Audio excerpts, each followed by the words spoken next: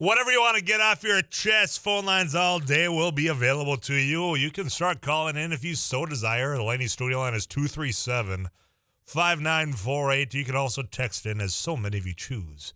At I Consult of North Dakota, that text club number is 35270. Questions for the Meat Dude, Spencer Wirt, already rolling in. You can get them in now, and I will be joined by Spencer out at New Salem, North Dakota, in about 4 minutes' time. So you get them in now, and we'll ask him. I got some questions when it comes to grill maintenance. But do you have anything about cuts, rubs, what to ask the butcher, what to avoid asking your butcher, whatever it is? You'll try his dangest to get that answer to you in just a little bit of time here.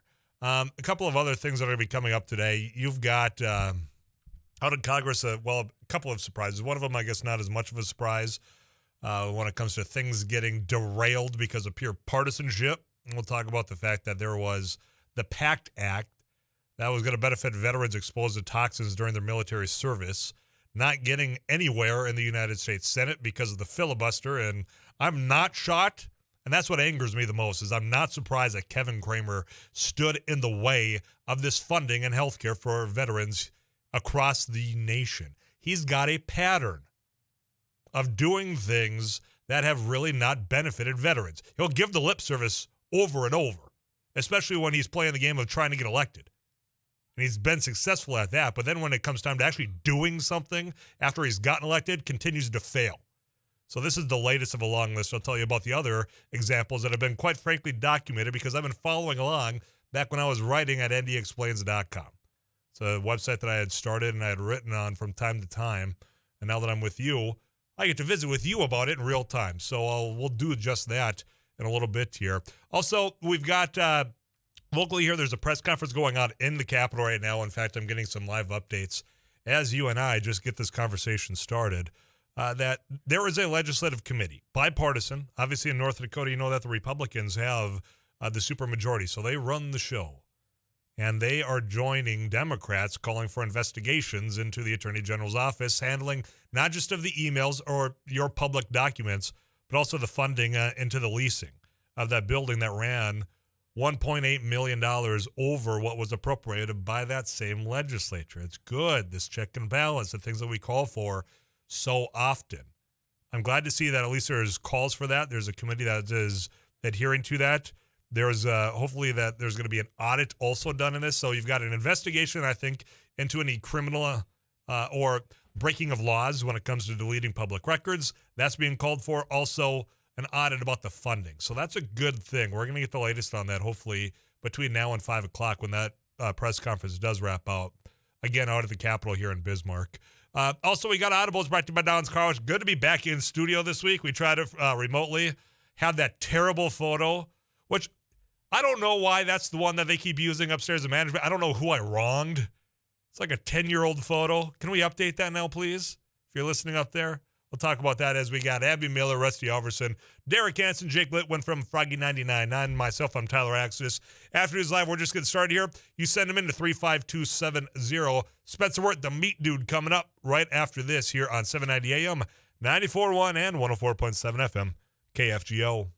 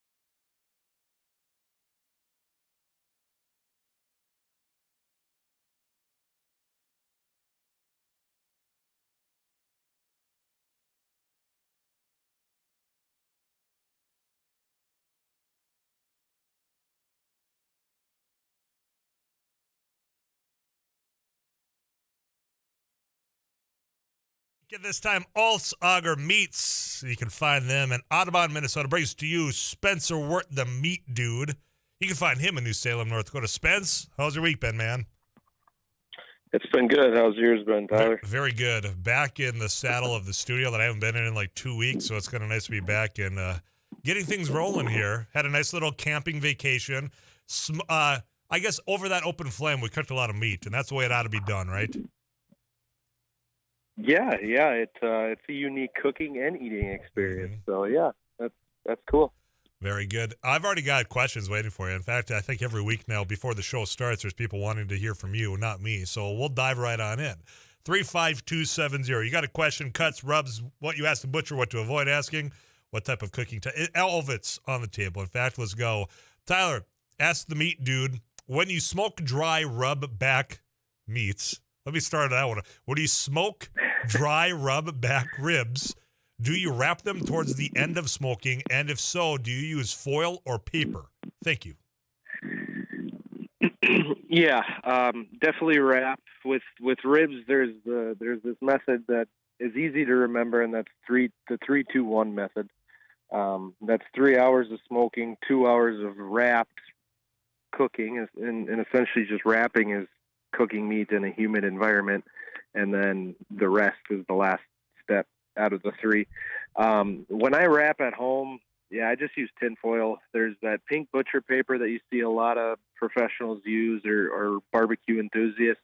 That pink paper is good because it's still permeable to smoke. But at the end of the day, what you're trying to accomplish is cooking at a high humidity by trapping all of the escaping humidity while you're cooking. So tinfoil works just as good, but the pink butcher paper is what you see a lot of, professional or hardcore barbecue guys use. Very good. I'm going to keep rolling on because they keep coming in. 35270. That's provided by the Eye Consultants of North Dakota, by the way. Tyler, question for the meat dude. Occasionally, I will grill a steak, and it will have a fishy taste. What would cause this? Oh, gosh. That could be so many things that I don't even know where to start. Did you cook a fish on that same grill prior to without cleaning is where I would start. Yeah, like the day before, did you cook a fish on it? Yeah. Don't do that next time. Yeah, I mean, there's a fishy taste from a steak. You would, before you cook it, if it was starting to turn, let's call it, you would have smelled that long before cooking it. So that kind of tells me that there's something else going on there, whether if there's an oil that you're using that's kind of throwing some off flavors, or that it's reacting with the metal grate of the grill. There could be a lot of things. And if it's not consistently, that's interesting. Yeah, I mean, I'd have so many questions, what kind of steak is it? What was the package dates? That's a tough one to just answer over the radio. Oh, it's a unique question. That's why they're trying to stump you. In fact, this is kind of gearing towards some of the questions and I'll get back to your questions in the text club. That takes precedent here. But, there's some people that worry about cleaning grills, cleaning the grates. For example, you can see it online. I've seen it online myself. The wire brushes, for example. Leave some of the wire behind. So use a different type of brush. Use a different type of product. You buy that. I mean, when you're cleaning your stuff, just personally, I'm not going to ask for you to endorse any product. But, I mean, do you use a wire brush or do you use something that doesn't maybe leave a wire behind? I don't use a wire brush. Ball of tinfoil works really good. And then I have a couple other name brand products that I use that's wood based, or there's a couple that are like almost scour pad based. But there is a lot of different products out there other than just the old school wire brush. And I haven't used the wire brush in a long time. Not necessarily because of the safety concerns, because I've never experienced something like that where there's chunks of wire flying like you see on the infomercials. I just think there's better ways to clean your grill than with a wire brush. Okay, another question's coming on in. And I want to ask you if I got time, but again, I say these are more important. You talked about the type of oil you use, so keep that in the back of your mind as I get these other questions out for you. Tyler, I went to find a flat iron steak after last week's show.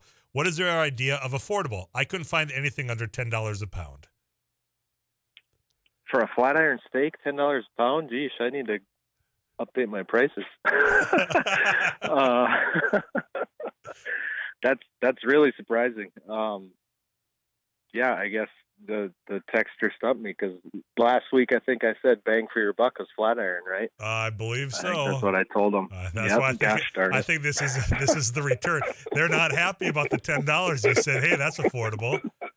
Hope you only have 1 pound.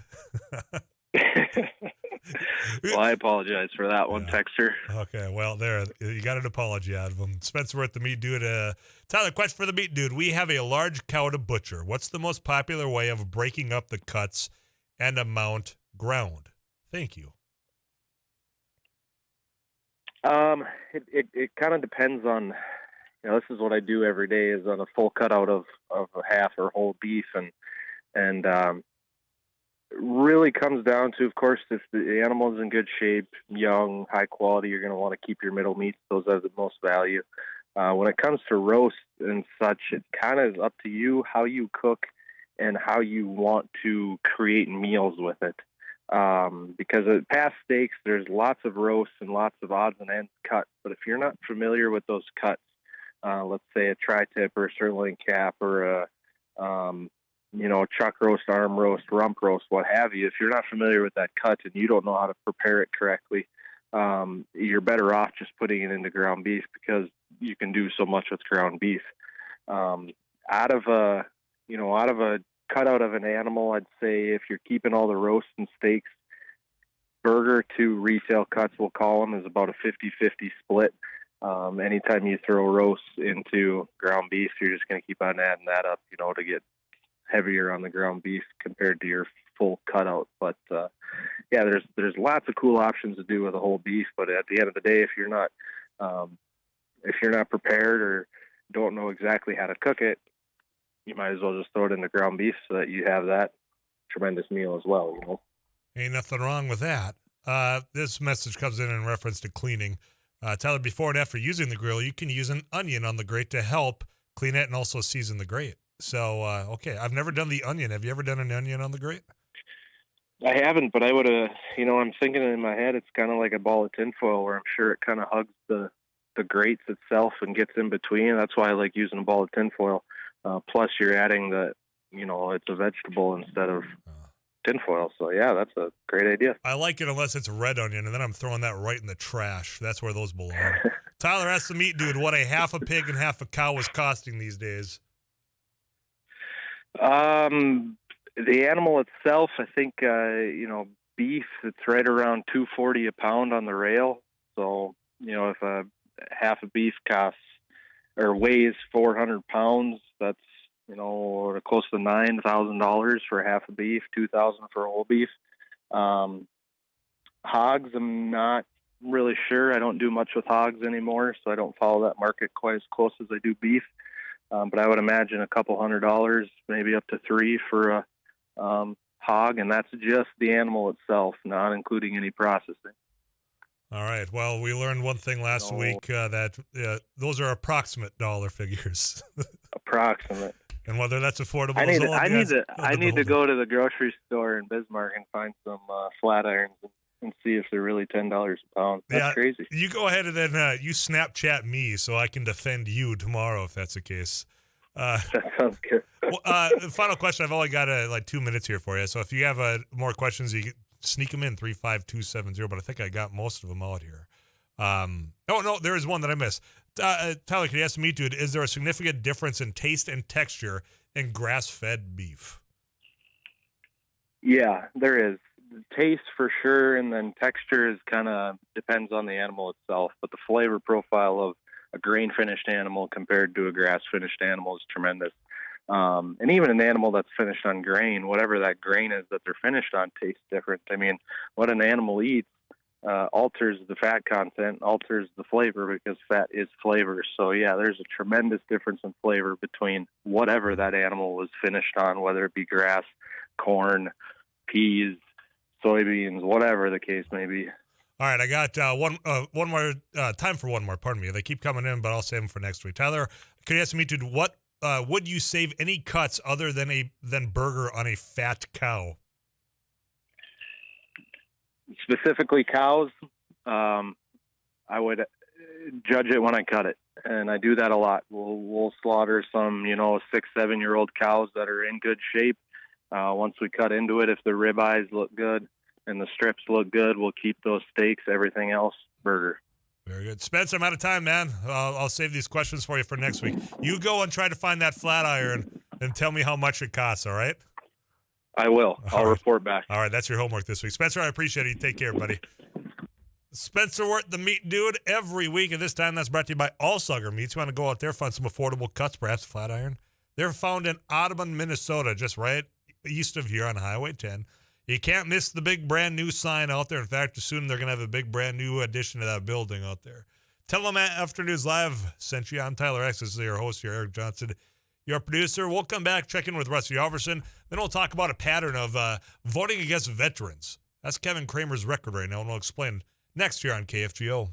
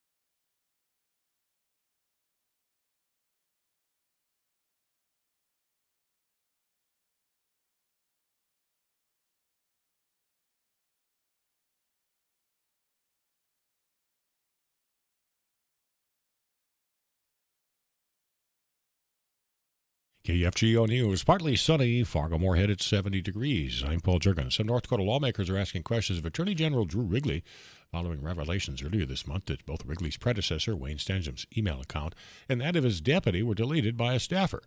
The State Government Administration Committee was initially investigating transparency in the leasing of government buildings, but has turned its focus now to the deletion of the emails, which Wrigley has claimed did not violate any policy. Senator Tracy Potter's on the committee. He says he asked the State Records Management if the deletion had violated state law. They said, well, if it's policy, if it's administrative, if it's fiscal, and if it wasn't any of those things over a 20-year period, then Wayne wasn't doing any work. Potter says the staffer who deleted the emails needed additional authority to do so. The Attorney General said that Liz deleted these things with verbal authorization from Troy Seibel. That was Wayne Stenjum's email. What about the ones that when she deleted Troy Seibel's? Did she tell IT that she had verbal authorization from Drew Wrigley to do that? Or is the operation so loose up there that she can get away with that? Potter says members of the committee believe Wrigley can do more to recover the records, specifically with regard to the $1 million budget overrun on a building leased by his office.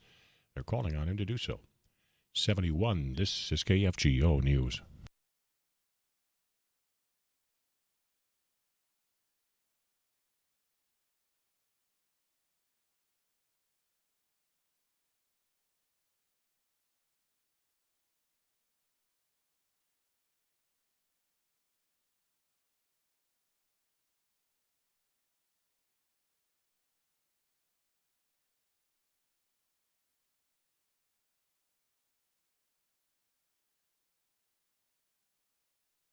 Partly sunny at 70. This is KFGO News. Senator Hoeven says he's received a commitment from the Department of Veterans Affairs Undersecretary to add heat and electricity to the planned restroom at the Fargo National Cemetery.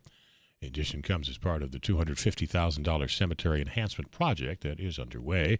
It also includes wind walls and storage and is expected to be completed later this year.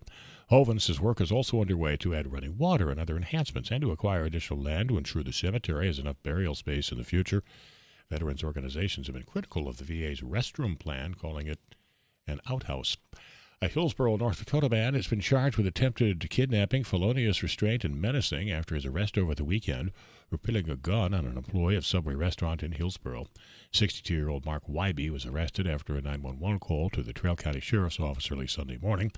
An employee was washing windows when she said a man approached her, pulled a gun from a jacket he was carrying, grabbed her by the arm, and started to pull her toward his pickup. She was able to get away. Minnesota Attorney General Keith Ellison says he will not appeal a ruling that struck down most of the state's restrictions on abortions as unconstitutional. Ellison says the state has already spent enough time and money on the case and would be unlikely to win an appeal. The decision was not a surprise from Ellison. He's a Democrat who supports abortion rights. Abortion opponents and Republicans, including those running against him in November, had demanded he appeal and called it his duty as Attorney General. The grassroots animal rescue from Rolla in northern North Dakota has been flagged by Facebook for seemingly innocent comments. Turtle Mountain Animal Rescue is a nonprofit animal shelter. It's run by volunteers. Facebook has threatened to ban their page by flagging comments and marking them inappropriate. None of the comments used any vulgar language. They say interactions between their followers are essential to the organization. Keith Benning is founder of Turtle Mountain Animal Rescue. It just sucks that we're afraid to be able to interact with the people that are choosing. They're making the choice that, hey, we want to follow, we want to watch, we want to listen. And that now we're censored to the point of not being able to communicate with them. The Animal Rescue has started a YouTube page to try and combat some of those issues. Investigators are working to learn what caused a deadly house explosion and fire in Hopkins, Minnesota. Family members have identified the two people killed in the explosion and fire as an elderly married couple, 85-year-old Hubert Vassar and his 83-year-old wife Sharon. The explosion and fire destroyed their house that they built in the 50s. Family members gathered to the scene as emergency workers combed through the debris. We've seen a couple of sprinkles in and around Fargo-Moorhead, rather a mist on the south side in the last little while. A partly sunny afternoon. 74 for the high Fargo-Moorhead. We should be clear upper 40s near 48 overnight. 81 tomorrow's high, sunny. Saturday, sunshine 88. Wind picks up in the afternoon. We'll have a chance of showers, thunderstorms Saturday night. Also near 88 Sunday, partly sunny, slight chance of showers and storms. Partly sunny, 70. Paul Juergens, News Radio, KFGO. Rusty Halverson in the KFGO studio. Hello, man. Yes, sir. Welcome Hello. back. Thank you. Been working on and visited with my friend Erin Oban, now USDA director. I'll be hearing about that a little bit more. Yeah. Rural development, I want to add. She didn't take Tom Vilsack's job. Sorry for the misspeak there. No. But you talked about hemp earlier. Yeah. In passing, and I wanted to know more about what you had been working on. Okay. Well, the House Ag Subcommittee on Biotech, Horticulture, and Research holding a hearing earlier today, Tyler, looking at USDA's hemp program because we're working on the 2023 Farm Bill. We want to see what's working, maybe what's not working. And Kate Greenberg, Colorado Department of Agriculture Commissioner, had 5 recommendations for that subcommittee. The first one is to remove the DEA requirements for testing labs. Our state-of-the-art laboratory began the process of obtaining DEA certification in 2019. However, as of this hearing, we still await their approval. This unnecessary burden can be removed by the help of Congress. Number 2, allow the use of certified seed as an alternative to the strict testing requirement.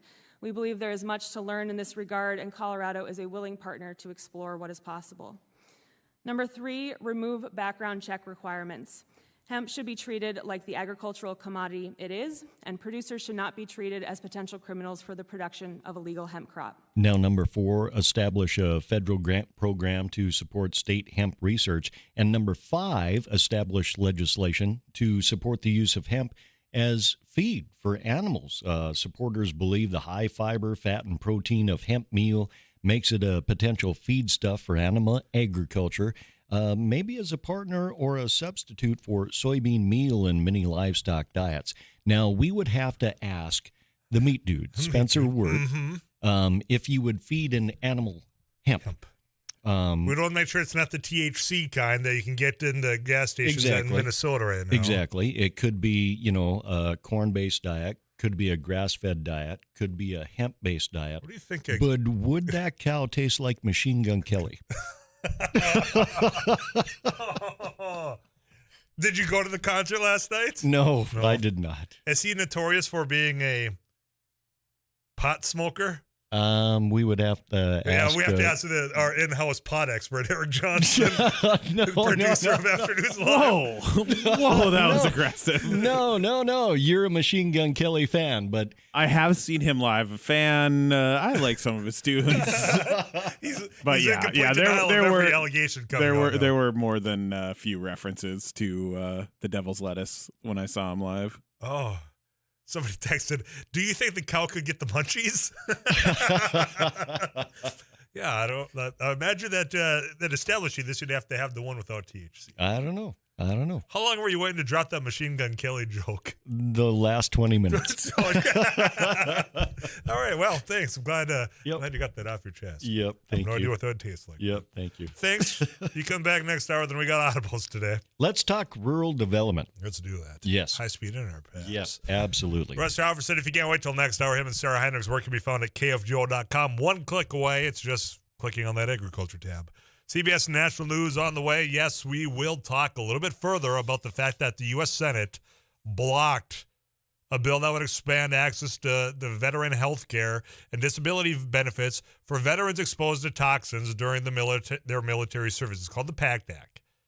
Kevin Kramer, I'm not even surprised, and that's what's so angering and aggravating, that I'm not surprised he voted against veterans. He's got a history of voting against veterans and making things easier and accessible when it comes to healthcare and a variety of other things, including education. I'm going to break that down and talk about how pro-life of a stance this vote is when we come back after CBS News.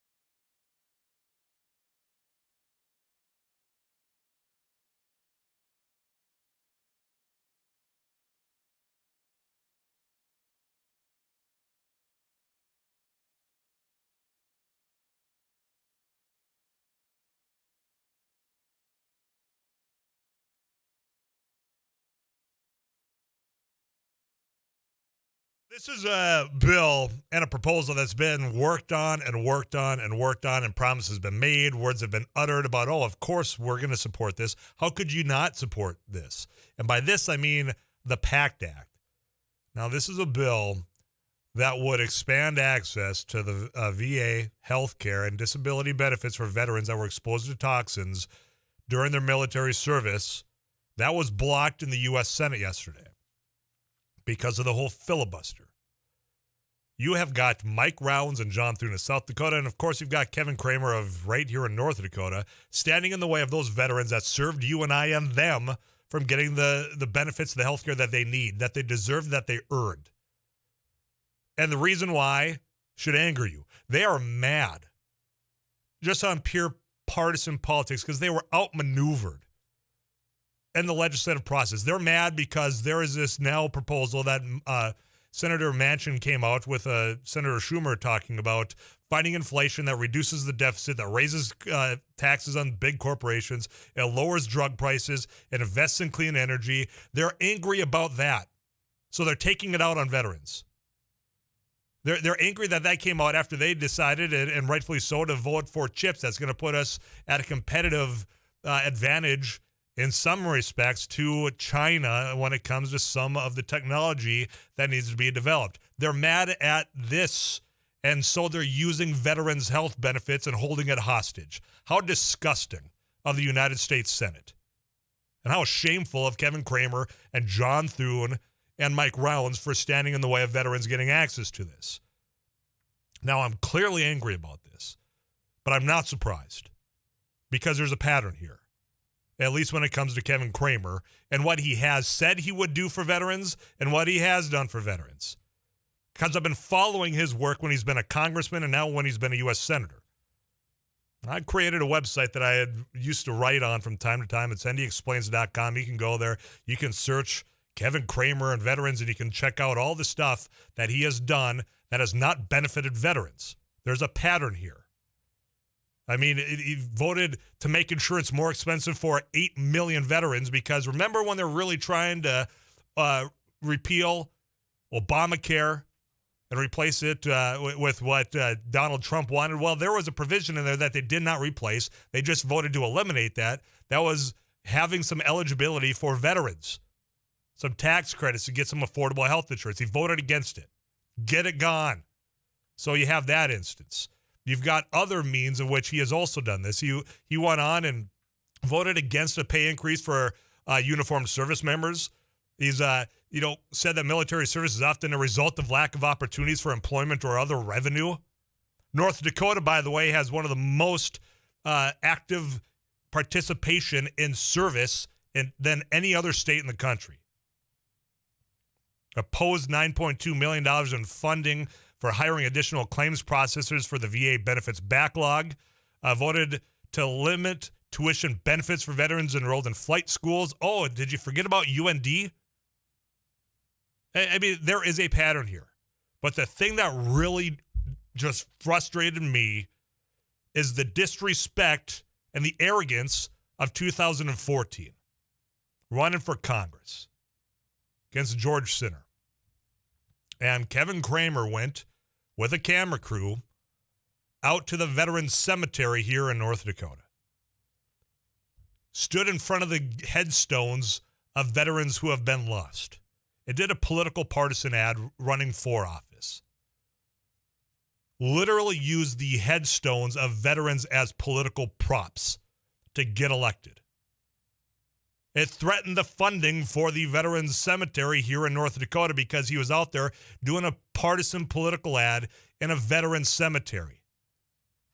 Doesn't get much lower than that until now, in which you will have this opportunity only being blocked because they got outmaneuvered by the Democrats in charge in the U.S. Senate, and now they've got this reconciliation bill. So instead of having this be a win for veterans, not Democrats, veterans, they decided to block this from even going forward in the U.S. Senate. Now, the question is, at what point do you start asking, what in the hell are you doing? Why are you standing in the way of veterans that you want to stand next to at parades and get photos on? You want to use those in your campaign flyers? You want to use their headstones as political props in your campaign ads? Yet, you're not going to ensure that they get the benefits and the health care that they have the right to access to because of the time they served overseas. and we're over burn pits and we're exposed to toxins, and now those toxins are taking its toll on their bodies, you're going to stand in front of that because you're angry at the Democrats? You want to talk about putting partisanship over country? You want to talk about partisanship going above those service members? Look no further than standing in the way of this act being blocked by Kevin Cramer, Mike Rounds, and John Thune. How pro-life of them to talk about, oh, we got to protect the sanctity of life at all stages. Unless, of course, we can get a political win and block the other side from claiming victory over something as desperately needed as access to health insurance and health care as veterans who were exposed to toxins during their active military service. 35270. You can also call me at 237-5948. Explain how this is reasonable. I don't care if you're a Democrat, if you're a Republican, you're an independent. Explain how this is justified. Pass the House. John Hoeven, you know what? He's a Republican here in North Dakota. He voted for it. He voted right. The only reason they are standing in the way of this is because of pure partisan politics. That is something that I routinely hear in this studio from you as listeners that you're so disgusted with. Saying, well, if they could just get together at the table and just do what's right, do what's good for the country. Well, this would be step number one, would it not? Get you this weather update from Too Tall Tom Schmatsky. I'll come back. All these messages in at 35270. Get you this. We'll wrap up the first hour of Afternoons Live. It's shameful. It's not surprising, and that's what's wrong here in 2022. I'm Tyler Axis. You're listening to Afternoons Live right here on KFGO.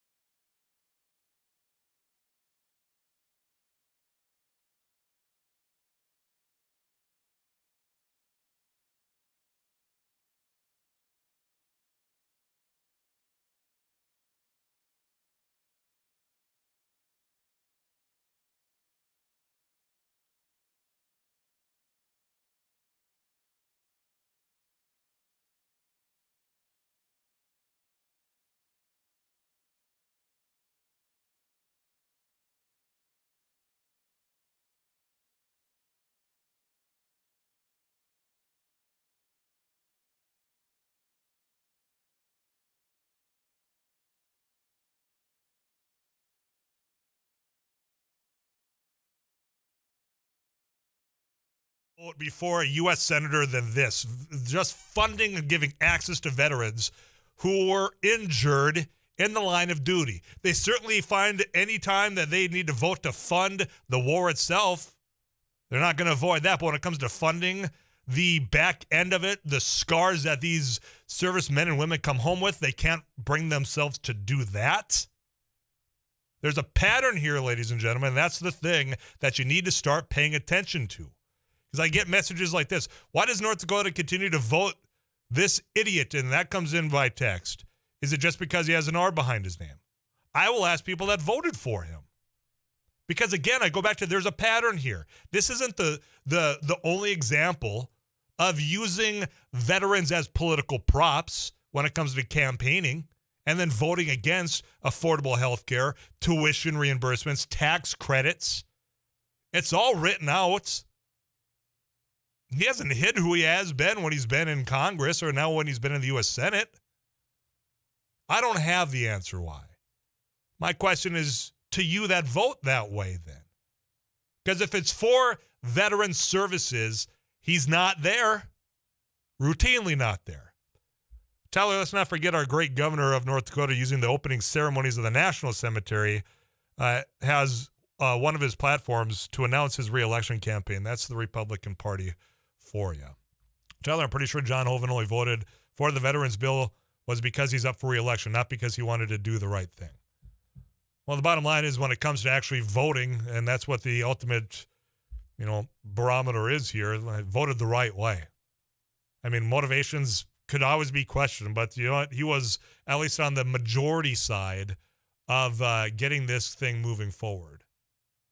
And unfortunately, because right now with that filibuster being what it is, 55 votes to 42 does not get these veterans access to the medical care they need to help combat the toxins they were exposed to while they were serving you and I overseas.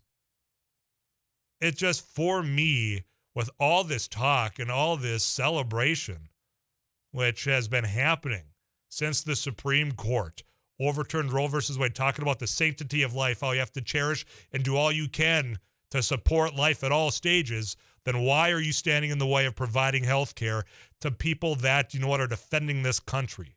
Literally putting their life on the line. And now their life is impacted because of the service they provided to you and I. And you can't muster up a vote to say, yes, you've earned this. There shouldn't even be a question that a veteran has earned this.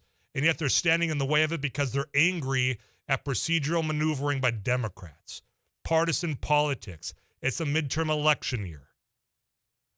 I just cannot wrap my head around how shallow and shameful this vote was to not provide this an opportunity to go forward. If there are fixes that need to be done, then allow that process to start playing out. Instead of stomping your feet like you're a kindergartner on a playground that just got schooled by the first grader. It's what this is. They got schooled. For the first time, Mitch McConnell was outmaneuvered on things that would help America against China, that would fight inflation, that would reduce the deficit, that would lower drug prices, and invest in clean energy. Things that we routinely say need to be done here. Most of you bipartisanly saying that. Perhaps maybe not necessarily the clean energy investment, but everything else. Combating China, fighting inflation, getting the deficit reduced, and then lowering drug prices. They're going to be so mad at that they're going to stand in the way of providing access to health care to veterans. That's a tough pill to swallow, ladies and gentlemen, but that's what politics is here in 2022. It's all about your side, your political side winning if you're in elected office instead of doing what is right. And again, I'll say it one more time before CBS News. Oftentimes when we talk about what is wrong in politics, you respond by saying we just need people elected that want to do the right thing instead of just trying to stand on the Republican side or the Democratic side. There is no more glaring example than the complete opposite and what is shameful in American politics than this vote right now. 237-5948, that's the Laney studio line. More messages coming in at 35270. That's the iConsultants of North Dakota Text Club. I'm sitting in the Gunnarsson studio today. You can also join the conversation between now and the bottom of the hour. Tanner Cherney, Devil's Lake Tourism. He'll tell you how the fish are biting up on beautiful Devil's Lake. Also, Audible is brought to you by Don's Car Wash. You can put a smile in your car and on your face. That is all coming up on a Thursday afternoon. I'm Tyler Axidus. You are listening to Afternoons Live on 790 AM, 94.1 and 104.7 FM, KFGO.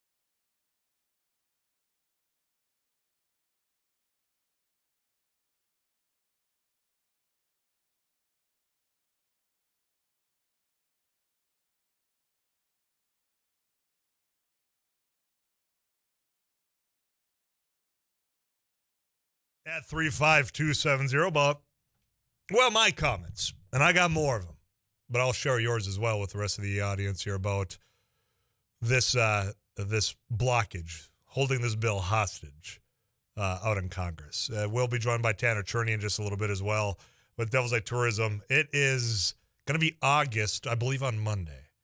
So we got time to get on up there for this summer fishing, but obviously if you want to start thinking about your fall and winter fishing trips, if you want guided service, you might want to start looking at devilslakendy.com and start planning ahead and get those reservations in. Speaking of fall fishing, I'm going to tell you about our trip up to Ballards. I'm going with, and I'm hosting. I want to invite some of you with. We'll tell you the details, how you can get signed up for that trip coming up in October. So you got time now to plan ahead for that as well. Then we got Audibles. That's brought to you by Don's Car Wash. Put a smile on your car and on your face. We've got Abby Miller, Rusty Halverson, Derek Hansen, Jake Litwin from Froggy999, and myself. I'm Tyler Axis. KFGO News, more Afternoons Live right after this.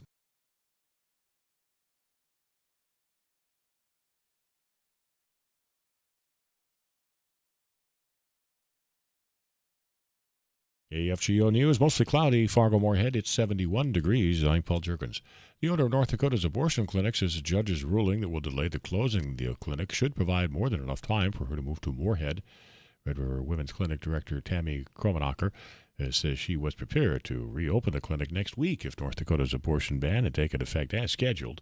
She says she'll now have more time to ensure everything goes smoothly. When she reopens, likely within the next month, abortion will remain legal in Minnesota. Minnesota Attorney General Keith Ellison says he will not appeal a ruling that struck down most of the state's restrictions on abortion as unconstitutional. Ellison says the state has already spent enough time and money on the case and would be unlikely to win an appeal. And the decision was not a surprise from Ellison, the Democrat who has supported abortion rights.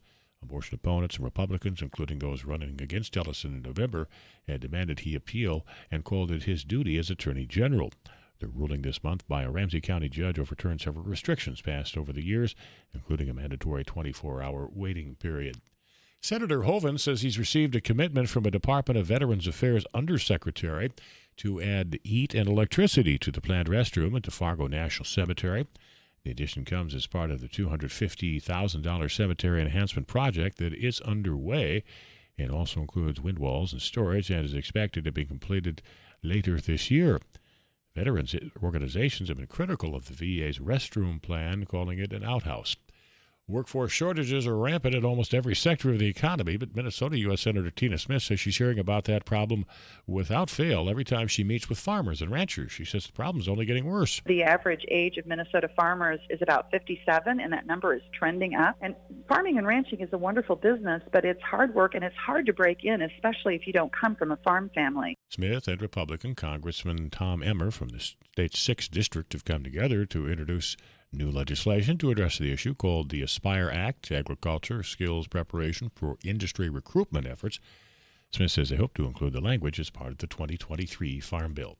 Fargo-Moorhead, partly sunny at about 74 this afternoon. We've seen a little drizzle and some sprinkles move through the FM area. Nothing too significant. Again, near 74. Overnight clear, 48. Sunny, 81 tomorrow. Then near 88 both Saturday and Sunday.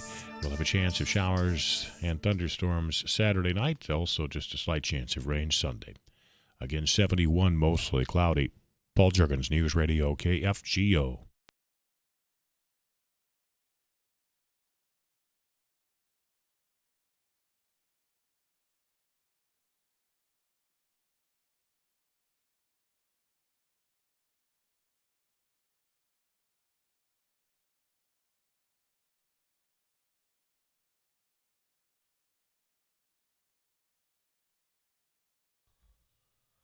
Four minutes ago, let me see, it was reported by, well, quite frankly, reporters out in Washington that the Pact Act, which you and I have been discussing, one that will benefit veterans with the benefits they've earned and deserve, that's being held hostage right now, that Pact Act, going to come back up again in the Senate Monday night, and that's according to Senate Majority Leader Chuck Schumer. So here's what I would ask you to do. John Hoeven was right in his vote. Kevin Cramer, predictably wrong in his. voting to block this from going forward. He's going to have another opportunity to get it right this time. You should call and let him know that you want him to get it right. So get your pen and paper out. So I got a number that you can call and say, Senator Kramer, please vote for the Pact Act, and call his office. This is what these office lines are for. You can call 202-224-2043. That will get you through to Kevin Kramer's office in the United States Senate. You can tell him that you want him to vote for the Pact Act. Because clearly the pressure is mounting after they stood in the way yesterday. And you think about all the times that these lawmakers sit and say, thank you for your sacrifice and thank you for your service. Your sacrifice. And they couldn't find themselves to sacrifice a little bit about their partisan makeup and their political maneuvering to actually vote for this. Because that sacrifice is impacting their health. That sacrifice of just standing out of the way to get this forward should be a no-brainer. But maybe they need that little bit of encouragement. I'd encourage you again, 202-224-2043. Tell them the Pact Act that's going to be brought up again on Monday because of the pressure that's coming out today. You would expect a yes vote on that. I'm going to get to the text club 35270. Got a number of messages waiting for me. Tyler, as far as voting, was this a standalone bill for veterans benefits? Because I love how both parties add garbage to bills that limit its ability to pass a bipartisan. It passed the House. It's a bipartisan bill. It's written, and I forget, I know that John Tester out of Montana, and I apologize, I'll have to pull up the bill itself to figure out which Republican senator is the co-sponsor and the co-author of this bill. So I'll do that here in just a quick break, and I'll look. I see my producer, his name's Eric Johnson, is making some moves back there as well. Tyler, it's time to get rid of Kramer, who does nothing but what he wants to do for the good of the rich people, and the Republicans don't do a dang thing for our military.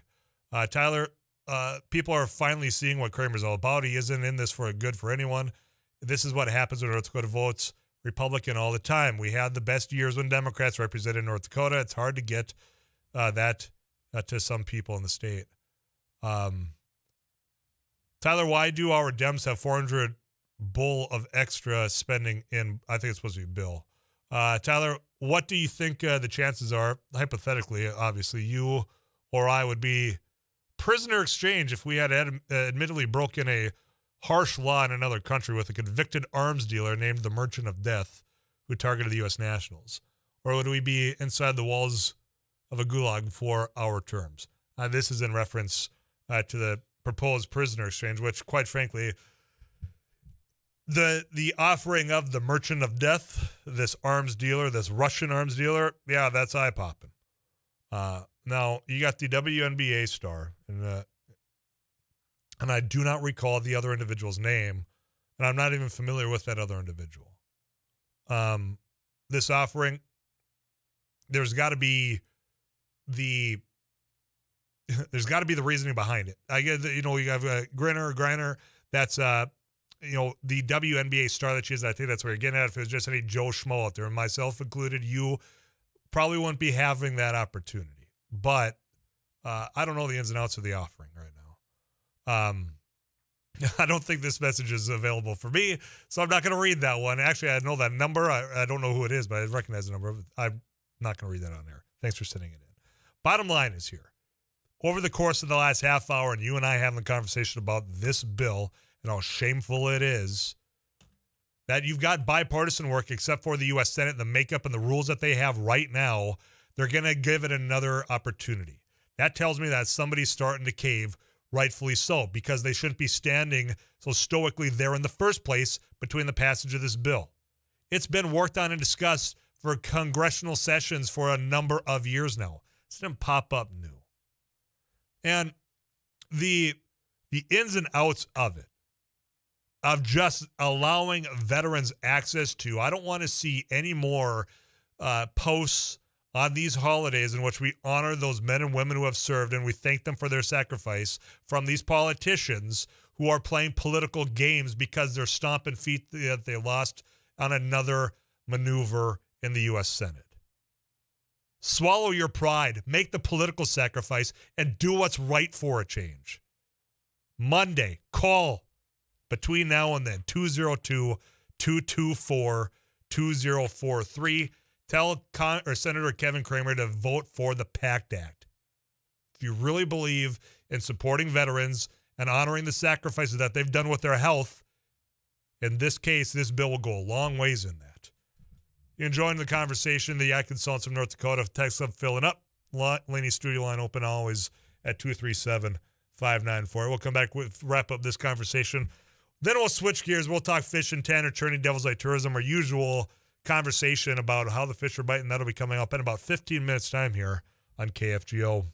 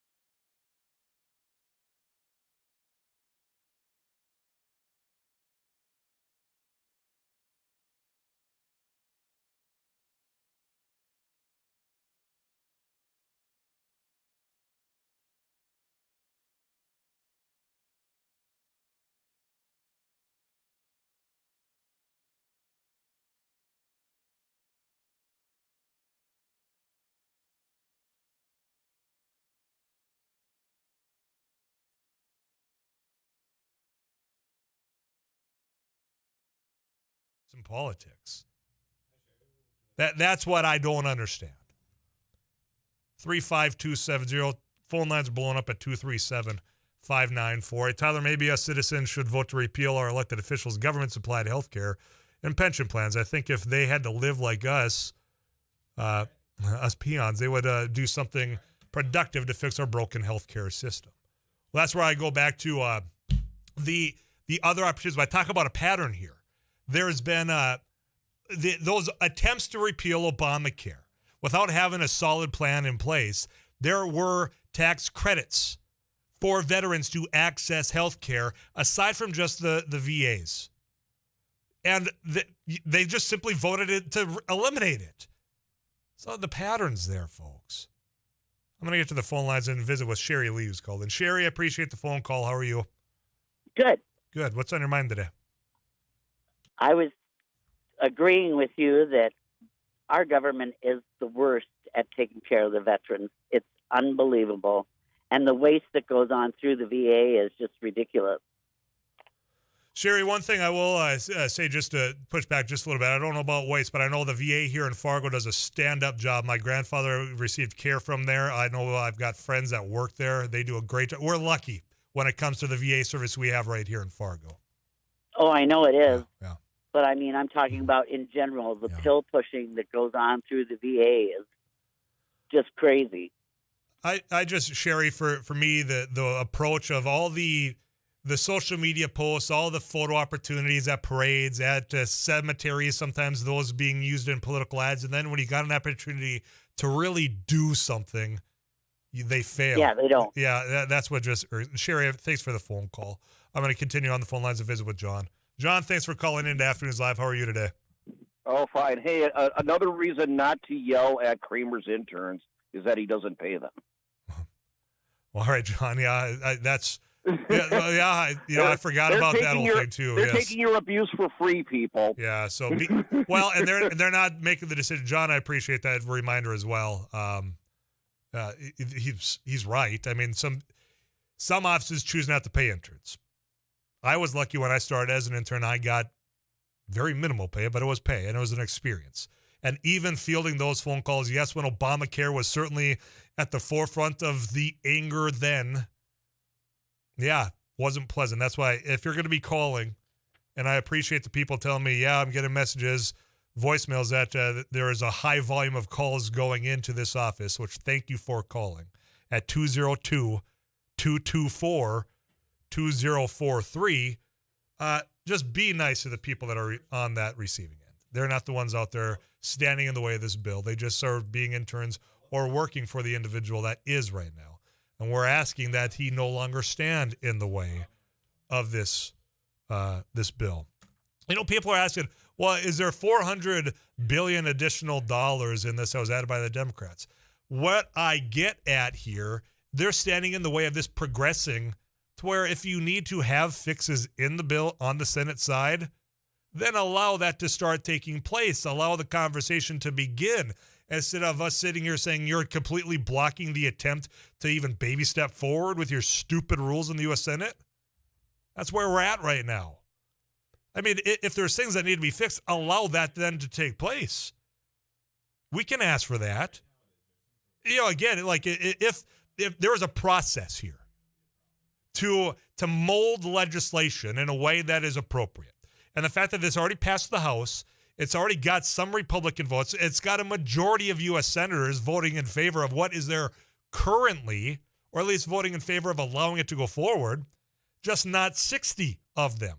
There's 55. So you need 5 people on the Republican side in the U.S. Senate to change their vote from last night to Monday. That's why we give out phone lines, and that's why we urge you to call them and say, reconsider. Do the right thing. Don't just talk, because that's cheap. Sure, it's a little bit more expensive to actually fund access to health care, but you've made a promise. You made a pact. That's why this is the Pact Act. Let's get to the phone lines and visit with Larry. Larry, appreciate the phone call. How are you? Good. Tyler, I got one. Okay. Yeah. I'm a disabled Vietnam veteran. We're losing 509 a day, I think it is. Well, my point is most of those guys are on some kind of disability, why couldn't they just be transferring those funds, keeping those funds and using them on the new veterans? Larry, there's got to be. Does that make sense? Yeah, I understand what you're saying. I mean, the one thing that irks me, Larry, and thank you for your service, Larry, is that when it comes to funding the actual wars and the machines and the things that we need to successfully win those wars, we never question it. But we somehow question finding the money to provide the back end, the funding for healthcare, to access to mental health, to this to help with the healthcare of toxins. Why do we question the funding of this part of it? I don't understand, Larry. See, we went through what they're going through now. Yeah. We went through that with Agent Orange. Right. It took years to, get them to acknowledge it. So, I mean, it's kind of the same procedure, but it's another 40 years later. Well, and Larry, and I don't know. Yeah. Is it a standalone bill? That's my understanding right now of the Pact Act. It's passed through Congress. It's before the Senate. Larry, I'm up against the clock here. Thank you again for your service in Vietnam. And you talk about time. Like you say, we're losing hundreds at a time here. We don't have time on our side to get this passed for these individuals, these servicemen and women, to get access to the care. So they've got more time with us. KFGO News next. We'll check it out with Rusty Halverson. Devil's Lake Tourism to follow. Keep it locked into KFGO.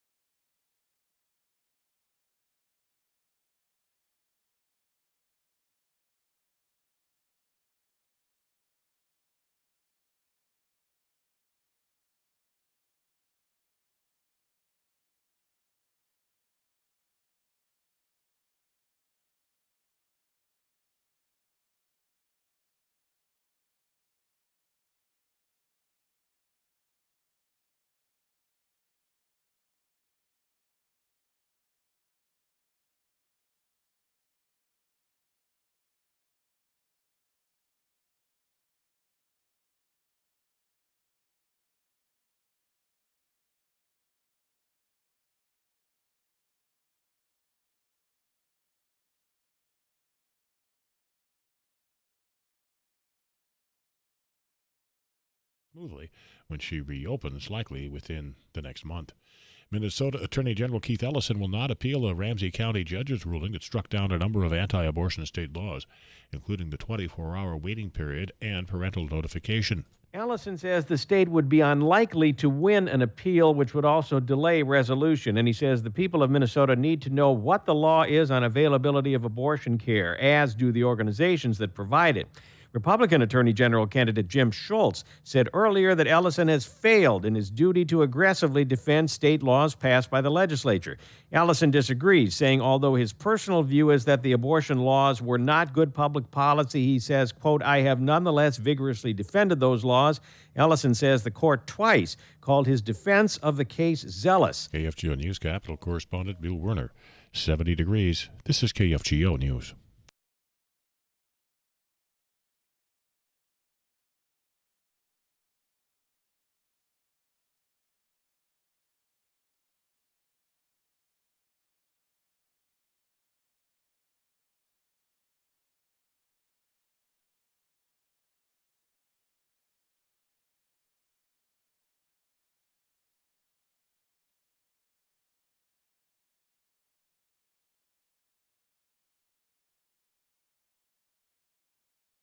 '70. This is KFGO News. A Hillsborough, North Dakota man has been charged with attempted kidnapping, felonious restraint, and menacing after his arrest over the weekend for putting a gun on an employee of Subway restaurant in Hillsborough.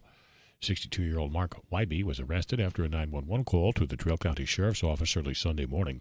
An employee was washing windows when she said a man approached her, pulled a gun from a jacket he was carrying, grabbed her by the arm, and started to pull her toward his pickup. She was able to get away. Wybe was taken to a Fargo hospital for a mental health evaluation. An arrest warrant has been issued. East Central District Judge Wade Webb has ordered that Wybe be held without bail until he is able to appear in court. Fargo police say a juvenile driver and a passenger were hurt in an early morning high-speed crash. Officers responded shortly after 2 this morning to the Nest Apartments at 1781 35th Street South. They found an SUV rolled onto its side outside the apartment building.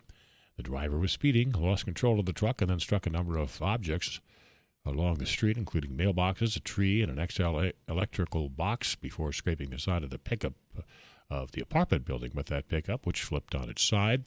The 2 juveniles were taken to a hospital, non-life-threatening injuries. The driver is facing charges of DUI and other charges in juvenile court. Minneapolis police are investigating a fight that ended with 1 person dead and 2 others wounded. It began as an argument outside a downtown bar and escalated into a gun battle that included at least 1 automatic weapon. The death marks the 50th homicide in Minneapolis this year. The 2nd person was hospitalized with life-threatening wounds and a 3rd with less serious injuries. Police arrested 1 suspect and recovered 2 guns from the scene. Confirmed monkeypox cases are now at least 28 in Minnesota. The World Health Organization has declared monkeypox a public health emergency of international concern. The State Health Department recommends avoiding direct skin-to-skin contact with infected people and not sharing clothing or bedding. Also, hand washing is an important part of preventing the spread of monkeypox. KFGO Weather Center forecast. We've seen a little light rain move through the area, more like Mr. Sprinkles. Nothing prominent on radar now. Maybe some very light rain off to the southeast of the FM area. 74 our high this afternoon. Clear 48 overnight. Tomorrow 81 and sunny. Partly sunny 71. Paul Jurgens, News Radio KFGO.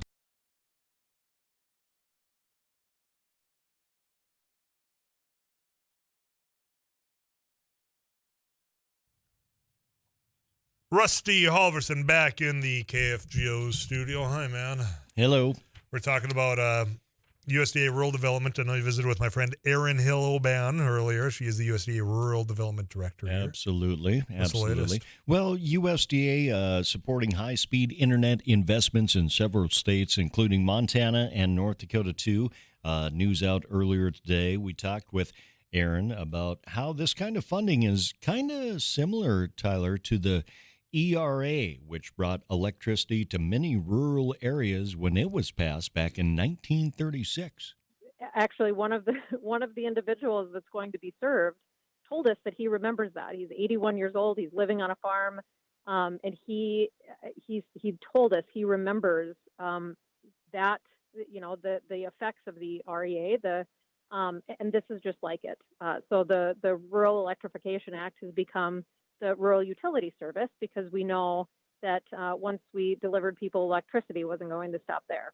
Now, the story can be seen at kfgo.com under the Agriculture tab. But in North Dakota, Reservation Telephone Cooperative going to use about $18.5 million to deploy a fiber to the premises network. It's going to connect about 1,100 people, 67 businesses, 4 public schools, 91 farms in Richland and Webo counties in Montana, and Dunn, McKenzie, and McLean counties in North Dakota.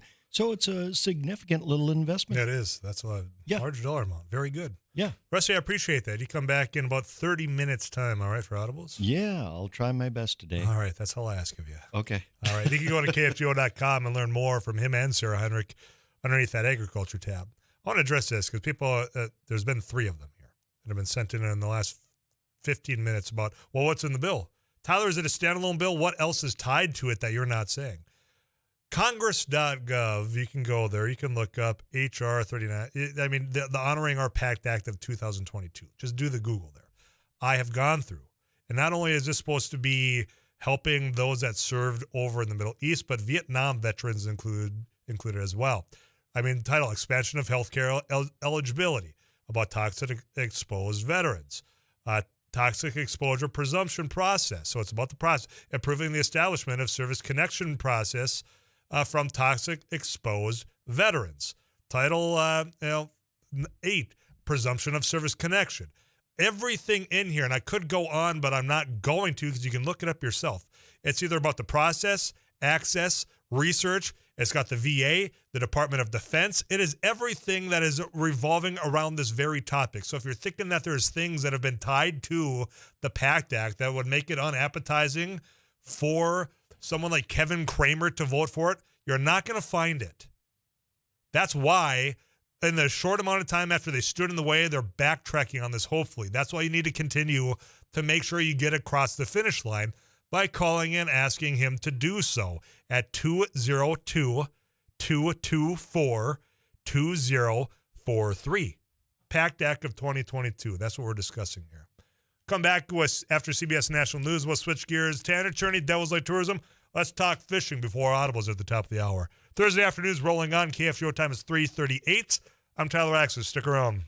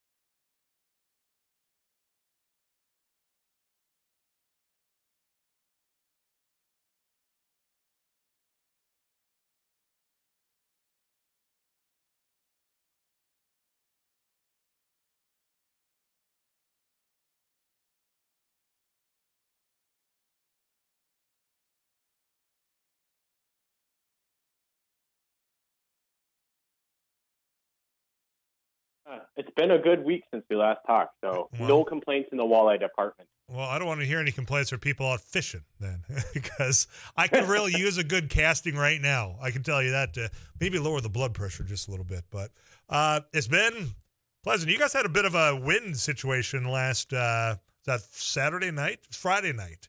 Did you guys Friday night? Yeah. Did you guys turn out all right?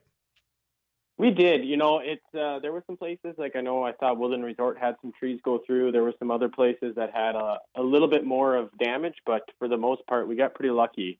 But yeah, it's been, I tell you what, a crazy year for weather events like that up here in Devil's Lake.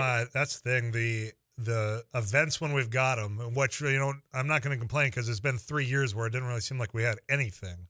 But they've been quite strong. And I know that hearing from some people that have the campers out there, and yeah, Woodland Resort was one of them. It was an eventful night, and then Saturday was a busy day cleaning up. So, but I didn't hear of any injuries or anything or loss of substantial property. So we'll take that as the good in the storm that did happen up there. When it comes to fishing, you say it's been good. I mean, are we still talking about 20-25 as far as depth range right now? Yeah, we've kind of hit, like we talk about the dog days this summer, we've hit that period of time where everything's kind of in the same motion. Probably, not a lot's going to change between now and probably Labor Day weekend. It's all that midsummer transition. A lot of these fish have slid out deep, so you're going to still find a few pockets of fish up shallow, but conditions got to be right for those fish to be active and in those, weed areas. So the predominant best bite right now is going to be that Old Lake shoreline, which is going to be in that 20, 22, 23 foot of water range. And then you're also going to have some of that old, rock piles like Bird Island and Haley's Hump. Those are other areas that can produce this time of year as well. And then it's just going to be those old roads like the Golden Highway. Places like that are great when it comes to midsummer trolling tactics.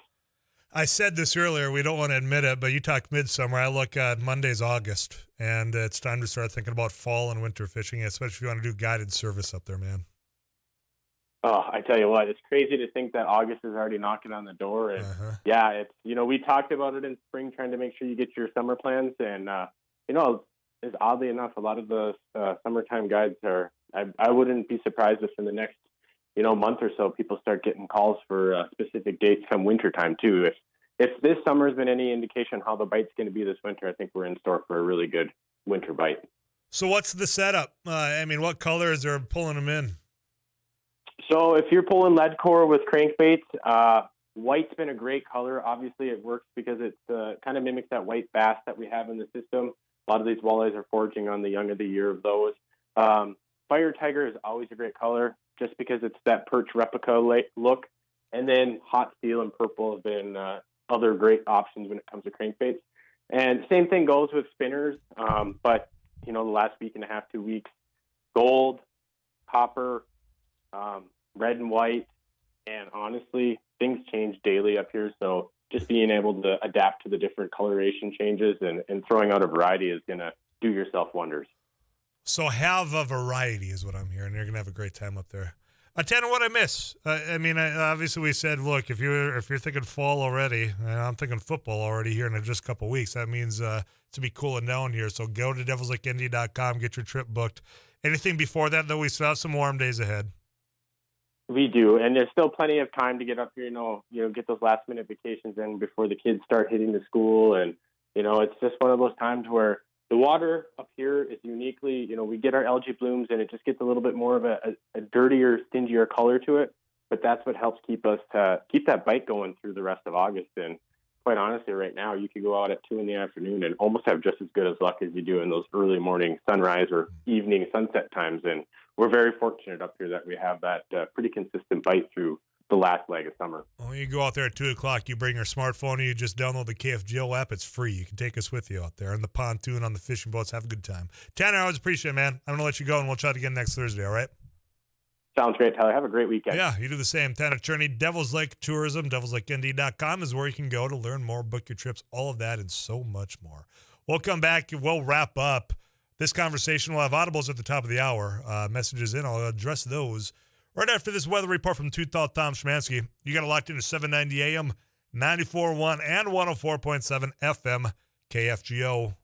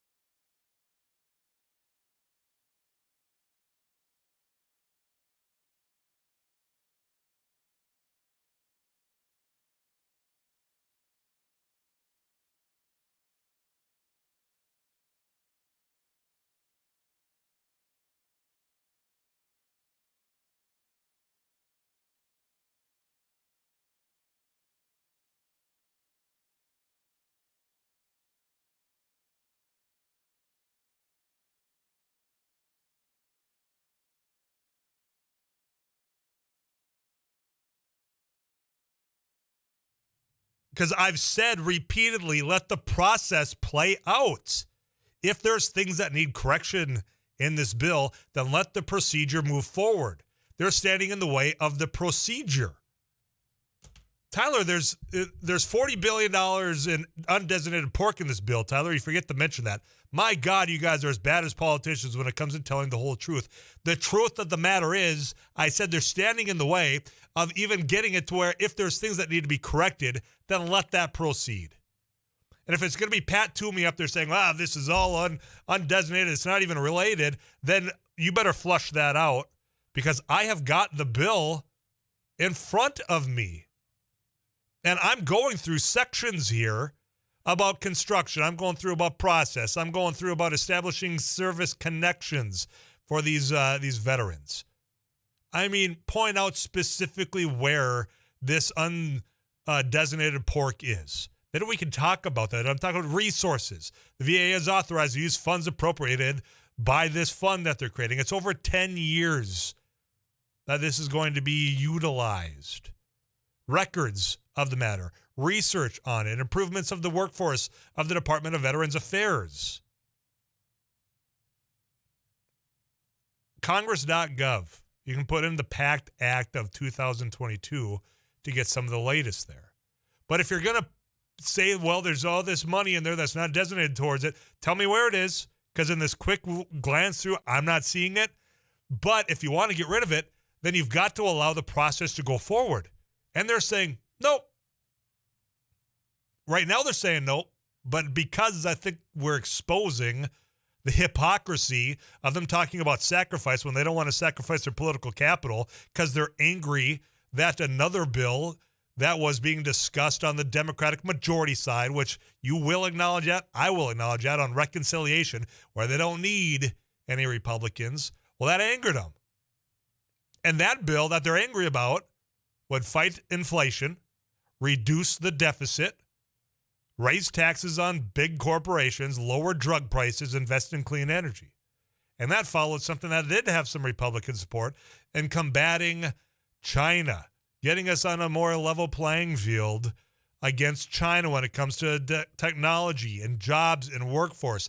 And now because of this same reconciliation bill that I just explained to you what it would do on the House side of this equation, they're trying to go against the CHIPS bill. That wouldn't give us a more level footing against China when it comes to technology. All this is because of pure politics. It should enrage you, or at least frustrate you to the point where you're going to pick up the phone and say, look, if you need some fixes, at least let the process go forward. 202-224-2043. Now, this bill, 55 yes votes, including John Hoeven. And I know there's people saying, stop giving John Hoeven credit for this. It's because he's up for re-election. Perhaps, but at least it was the right vote. Again, that motivation, all right, that's part of the electoral situation, as cringy as that is, and as gross as it makes you feel. The no votes are just because they're angry that Democrats outmaneuvered them for probably the first time ever in this Congress and under this administration. This majority of Democrats haven't exactly been able to get out of their own way. The one time they do, you're going to be holding this bill and blocking this passage, this process. Veterans are reaching out and talking about this. And we think about the burn pits, obviously, in Afghanistan and Iraq, but Vietnam veterans are included in this bill as well. And I can understand when we talk about spending and having it dedicated to, exactly written out in stone. I get it. But I never hear that as an excuse when it comes to funding the weapons, when it comes to the actual mechanisms of war. I'm going to keep coming back to that. Nobody ever questions that if you're in Congress or if you are here listening to me. Even if that's not written penny out to exact dollar of where that's being spent, nobody raises a concern then. We'll fund the wars without asking questions, but we won't fund the veterans' service that they need because of the scars of that war. Why is there a disconnect there? Why is it when they come back home, we don't provide things we promised to them when they put their pen to paper saying, you know what, I love this country. I'm going to go defend this country. I'm going to share the ideals of this country elsewhere. We applaud them when they leave. We thank them for sacrificing when they come back in words, not actions in this case when it comes to providing the funding to connect to the services, provide the services, to research the impacts of the toxins of which they inhaled serving you and I. Why is it different on this end, on the back end of war and service, than it is on the front end? 237-594-8-35270. Tyler, you're partisan, face it. If you're going to make this veteran issue a partisan, look in the mirror. There are Republicans that have voted for this, overwhelmingly in the House. There's in the Senate, there have been Republicans voting for. This is not a partisan issue. This is about honoring what we said we would do for veterans. If you want to make it partisan, that's on you. We'll switch gears when we come back here. I'll take a breath. I'll lower the blood pressure. I'll do a little walk. And then when we come back, Audibles, that's brought to you by Don's Car Wash. You can put a smile in your car and on your face. We'll wrap up a Thursday afternoon as well. It's beautiful out there. I hope it's treating you well wherever you got us locked in on 790 AM, 94.1, 104.7 FM. Perhaps you're watching us at KFGO.com or just listening live there as well. I want this to get passed clearly. I'm frustrated, and all of a sudden we're finding, well, this is wrong, but why now and not before? And if it is wrong, then at least allow the process to go forward to fix it. There's a pattern here in some of these individuals looking in the eyes of veterans saying, hey, thank you, and then not doing what they promised to do with their vote. I'm tired of it. You should be as well. Final hour of Afternoons Live here on KFGO. Next, I'm Tyler Axis. Don't go anywhere.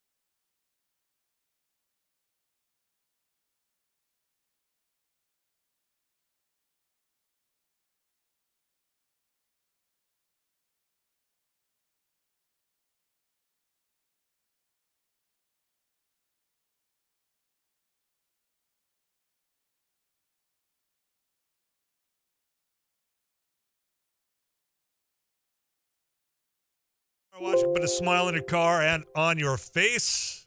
In studio right now.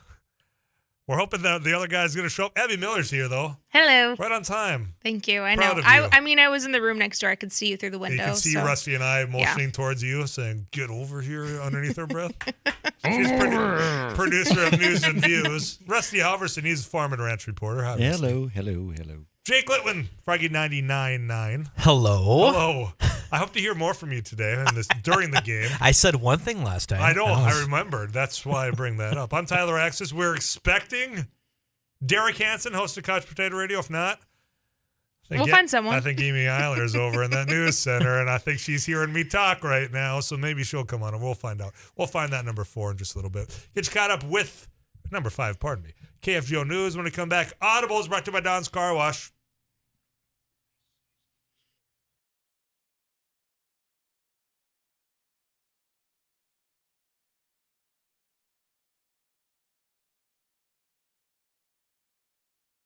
KFGO News, partly sunny. Fargo-Moorhead, it's 71 degrees. I'm Paul Jurgens. Perhaps 74 this afternoon. We'll see a clearing sky, 48 overnight. The owner of North Dakota's abortion clinic says a judge's ruling that will delay the closing of the clinic should provide more than enough time for her to move to Moorhead.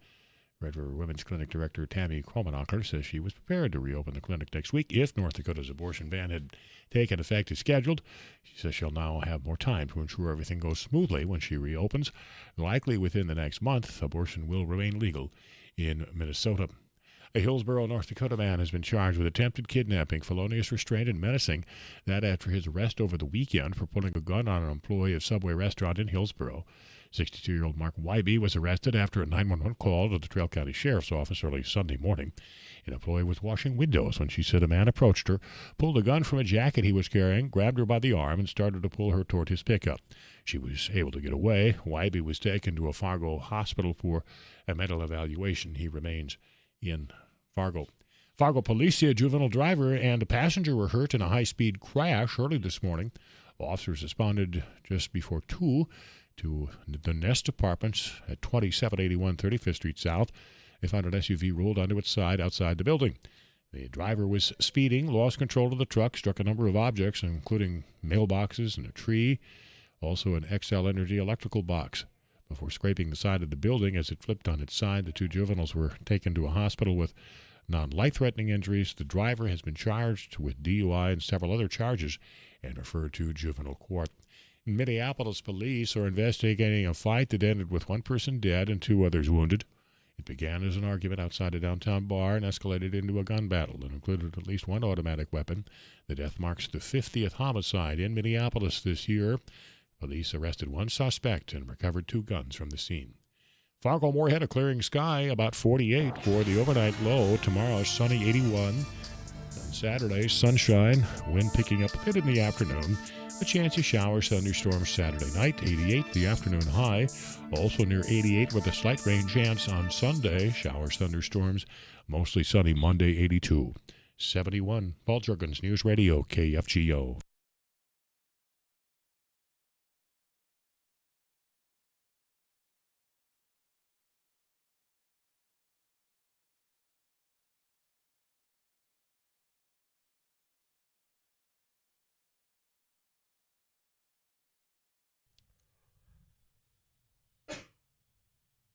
Every Thursday at this time, we play a game that we call Audibles. You have to text in who you think's going to win at 35270. First name is the only thing that's necessary, and you'd be listening. Abby Miller, producer, News and Views. Hi. Hi. Rusty Halverson, farm and ranch reporter. Hello. Hello. Ooh, what greeting now? Jake Litwin, Froggy 99.9. Hello. What up? Oh, you jumped the gun there. Oh. Hey, Derek Hansen. Good afternoon. Thanks for coming in. Let's play. Ooh, a man that means business. Good to be back in the studio. I'm Tyler Axis. No more stupid cardboard cutout with a photo that's 10 years old. Oh, I missed the cardboard cutout. Yeah, I brought some class to the studio. That's Abby's job, so I'm sorry to hear that. I wonder if they still think that. No, they've got to know you now. There's no way. No, they got to know you a little bit better over the course of time, so Oh. no longer the case. Eric Johnson's a producer. of Afternoons Live, but also put together today's game. I did indeed, and it is that time to play Audible Standard Competitors, so we'll go through the rules quickly. 5 categories, 4 pieces of audio, scaled scoring, ring in with your name, answering correctly, you're eliminated. Back in on the next category. Derek was victorious last week, so he will get to select the first category. After that, whoever gets the correct answer will select the next category, and we'll tally it up at the end. Derek, would you like character, song, actor, TV show, or movie? Let's do movie. Movie. Audio clip number 1. There won't be a war. This is not a conflict of nations. It is a dispute between 2 men. Movie. Audio clip number 2. I don't care about the man's allegiance. I care about his ability to win battles. He's right. The men's morale is weak. Tyler. Even if I could. Tyler. Pirates of the Caribbean.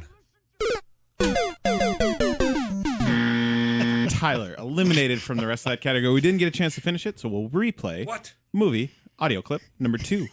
I don't care about the man's allegiance. I care about his ability to win battles. He's right. The men's morale is weak. Well, even if I could make peace, the man won't listen to me. He's as likely to spear me as to speak to me. Derek? Derek. It's a Braveheart? Oh. That's a good guess. That's a good guess. Derek eliminated from the rest of the movie category. We move on to movie. Audio clip number 3. Patroclus, my cousin. Odysseus, king of Ithaca. Patroclus, I knew your parents well. Rusty? I miss them. Rusty. Is Now it you have the movie Troy? That is correct. I was going to guess that the last one, too. I couldn't figure out which one. Thank Did I hear goodness. Orlando Bloom in there? Yeah. He's And in that Brad movie. Pitt? Yeah. Yeah. I don't recall I might Orlando have to- Bloom being in And there. then have Eric to watch Banya, who played the Hulk. That's a different movie, but Banana, I believe, but not like banana. I just thought he was asking for the heavens. bathroom in Mexico somewhere. El Baño. All right, Rusty. All right, Rusty on the board with 2 points and in control. Would you like character, song, actor, or TV show? Let's go with Abby's favorite category, song. Song. Audio clip number 1.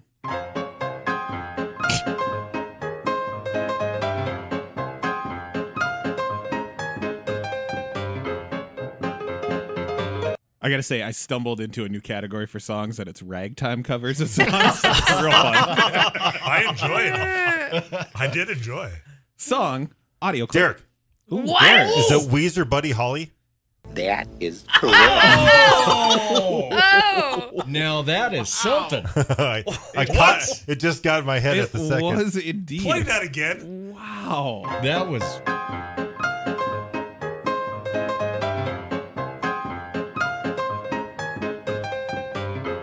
You can't hear it from that? I still cannot. I can't really? hear. Derek's Yeah, a ragtime it caught guy. me. It caught me, and yeah.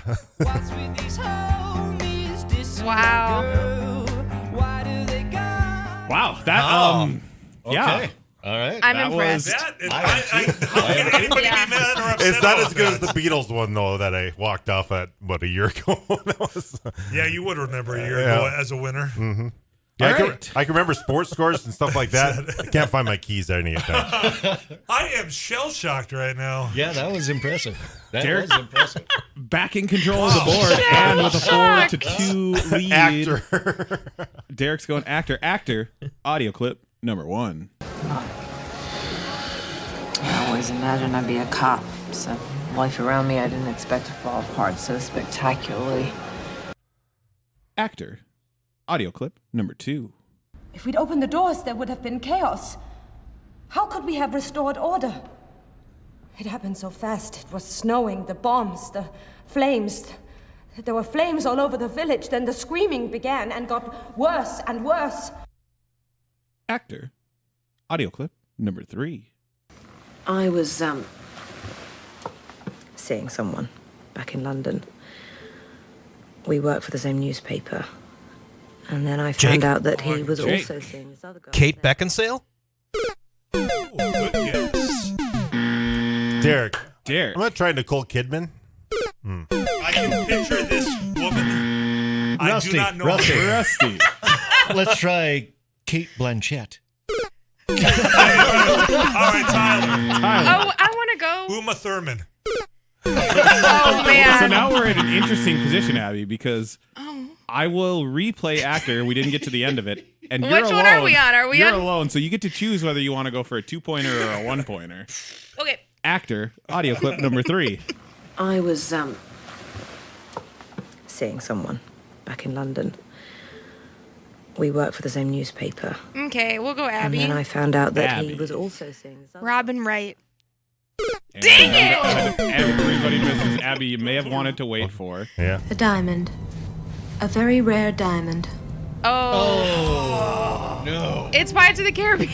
Jack, I want you to draw me like that. Well, what's her? Oh, We Karen. had so many Kates, and nobody found Kate Winslet. Oh, wait. I thought that was. Winslet. I would have got that I wrong. would have gotten wrong on my second, third, and fourth guess. All I right, thought that sounded like Derek Keira Knightley then. maintains control of the board. 2 categories remaining. Everybody's still in it. Derek with 4 points, Rusty with 2. Would you like character or TV show? Character. Character. Fictional character. Audio clip number 1. I wrote this song with my 2 best buddies. Character. Audio clip number 2. So my country can be free. So my country can be free. Tyler. We must make travel easy. Borat. That is correct. You just This beat me my to house. it. Answer, please. He is my neighbor, Nur Sultan Tuliakbay. I get a window from a glass. You must get Tyler, a window from a glass. on the board with 3 points, and we find ourselves at the last category with everybody still alive. Jake and Abby, you need all 4 for the tie. We got it. Rusty, you need 2 points to tie, 3 to win. Tyler, you need 2 points to win, 1 to tie. Derek, get this TV show at any point in time, and you're this week's winner, and an audible streak of 2 in a row. That is a streak. It's official. Final category, TV show. Audio clip number 1. It's because they need me to kill you. Makes sense. You do realize you lost the element of surprise. TV show. Audio clip number 2. I'm dead up to my eyeballs. My kids hardly know me. I even mentioned Sam Crow to Donna. She's gonna bust out crying. Look, man, if you need money, I don't want to borrow, I want to earn. TV show. Audio clip number 3. Yeah. Leave Sam Crow? What the hell is he gonna do? it doesn't matter. I need your word to let me walk away. No recourse. What about your mom? She's an old lady, Clay. She's not a member. Tyler. 5, 4. Walking Dead. Derek. Is it Sons of Anarchy? That is correct. Never seen it. I should have said my name first. But you were so eager for me to get the answer. No, I knew that answer. I've never watched Sons of Anarchy either, but I figured it was a gang he's trying to get out of, so I just took a guess. I heard Glenn, and that tripped me up. Definitely several people screaming at their radio because the Sam Crow is a huge clue. Oh, yeah. I've never Also, seen it. I thought maybe Tyler would hear the old lady and put that Into a gang thing? Yeah, put that into it's a biker. It's a biker term. I call her often. the old lady, and I run around with all my gangs too. No, but it's a biker term. Exactly. Yeah, you and That's your news. chaps. You biker guy. Is that why people get offended when I use that term? I just don't think it's a good term to You use. should have heard what Eric called his wife. His I stumbled. It was But I ain't going down this path. I would take old lady over roommates. Oh, it looks like Jurgen needs me in the newsroom. The streak of 2 wins in a row, Derek Hansen. Enjoy some Cinderella, man. Jake, it was fun. It was fun. I heard your name. I heard you call your name. Rusty, so close. Yeah, I know. Yeah. Abby, Next week. hi. I can't yell any louder, says this texter. Yeah, you're right. We didn't get it any closer. You picked me. You needed your truck needs a wash. Well, I'm sorry. I had not a clue of Sons of Anarchy. That's easy for me. Sons of Anarchy. Have I been talking a lot today? Have I been worked up? Yeah. I thought Jerky needed you. I gotta go. Go on, get. A lot of you chose Derek. One of you is going to get a text back from me. You on the car watch, so be watching your phone. We'll come back. More Afternoons Live on a Thursday afternoon. Roll right here on KFGO.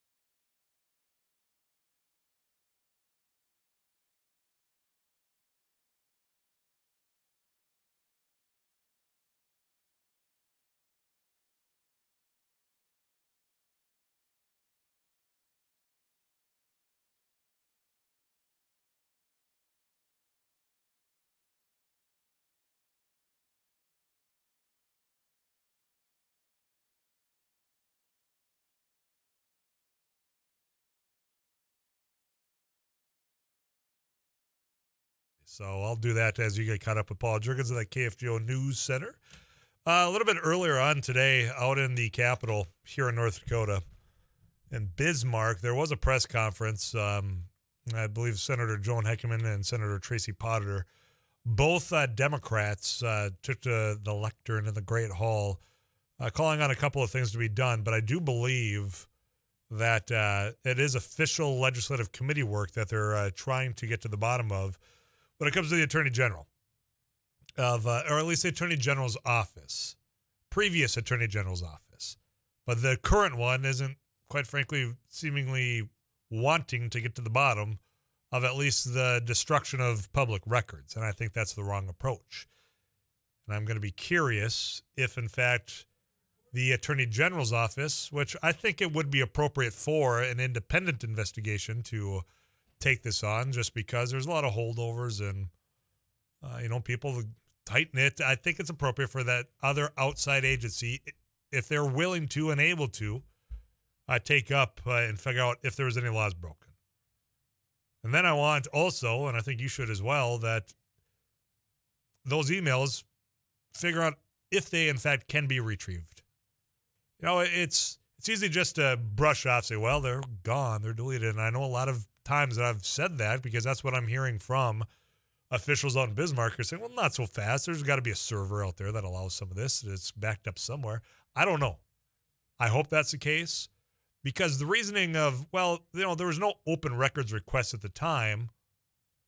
That's not good enough. I mean, it's not. You've got the very reasoning for the deletion was to prevent somebody from even offering an open record. So all that Sunshine Law, all the Sunshine Act, or whatever you want to call it, that some people are out there saying, hey, North Dakota's pretty good at that. I think that's misleading.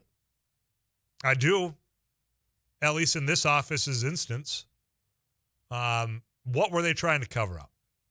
And just because there was an open record request at that time doesn't mean there wasn't going to be some at the later on. And who knows? You've got an attorney that's involved in litigation, that's involved in some investigations that impact other people who also have attorneys committed that are not destroyed.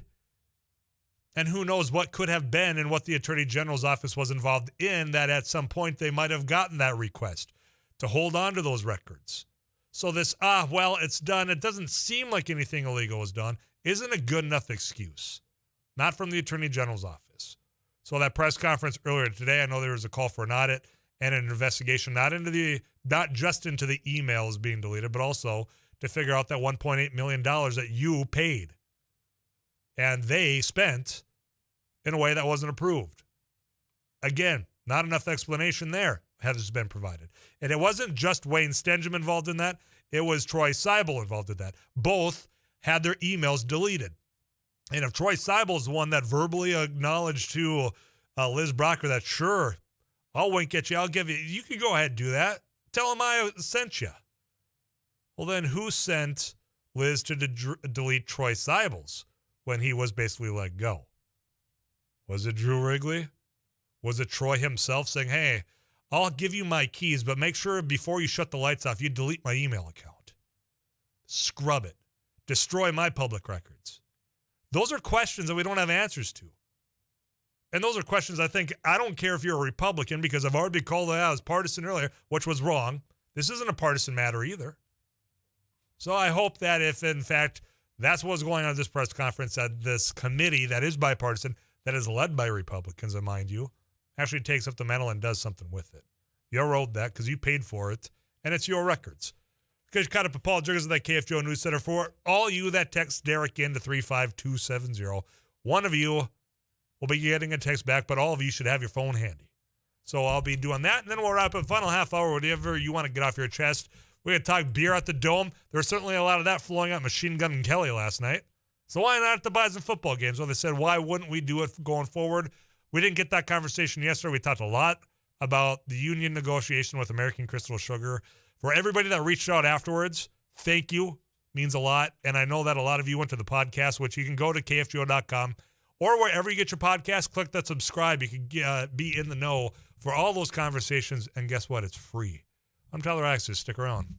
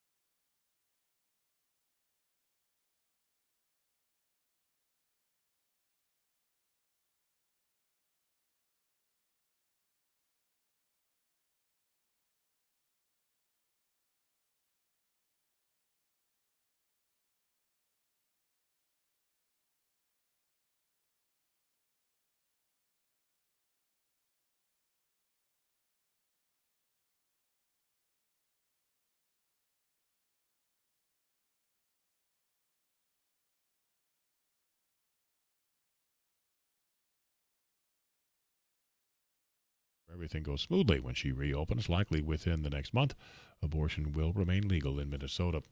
Minnesota Attorney General Keith Ellison says he will not appeal a ruling that struck down most of the state's restrictions on abortion as unconstitutional. Ellison says the state has already spent enough time and money on the case and would be unlikely to win an appeal. The decision from Ellison was not a surprise. He says support abortion rights. Abortion opponents and Republicans, including those running against him in November, had demanded he appeal and called on it his duty as Attorney General. North Dakota lawmakers, two at least, are asking questions of Attorney General Drew Wrigley following revelations that both Wrigley's predecessor, Wayne Stenjum's email account, and that of his deputy were deleted by a staff member. The State Government Administration Committee was initially investigating transparency in the leasing of government buildings, but now they've turned the focus to the deletion of the emails, which Wrigley has claimed didn't violate any policy. State Senator Tracy Potter is on the committee. He says he asked State Records Management if the deletion had violated state law. They said, well, if it's policy, if it's administrative, if it's fiscal, and if it wasn't any of those things over a 20-year period, then Wayne wasn't doing any work. Potter says members of the committee believe Wrigley can do more to recover the records, specifically with regard to the $1 million budget overrun on a building leased by his office, and they're calling on him to do so. 71. This is KFGO News.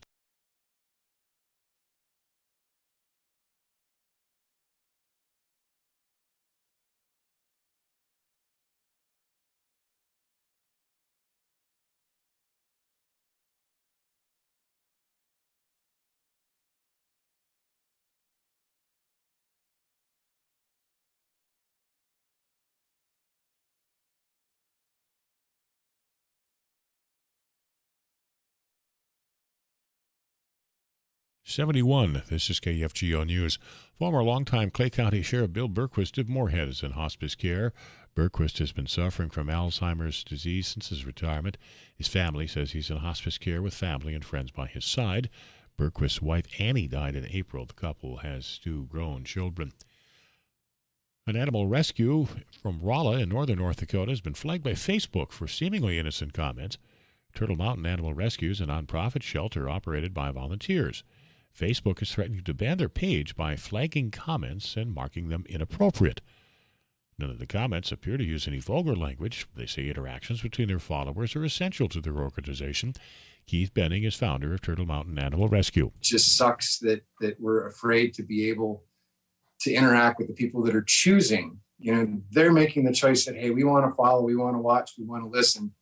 And that now we're censored to the point of not being able to communicate with. The rescue has started a YouTube page to combat some of the issues. Benning says Facebook should have a moderator fix their algorithm. KFGO Weather Center forecast from meteorologist Tom Szymanski. A clearing sky overnight. About 48 for the low, and winds decreasing. 81, sunshine tomorrow. Saturday, a sunny day. Maybe some showers, thunderstorms by Saturday night. Afternoon high 88. Also near 88 degrees Sunday, partly sunny, slight chance of showers and thunderstorms. Mostly sunny Monday and 82. Mostly cloudy, 71. Paul Juergens, News Radio, KFGO.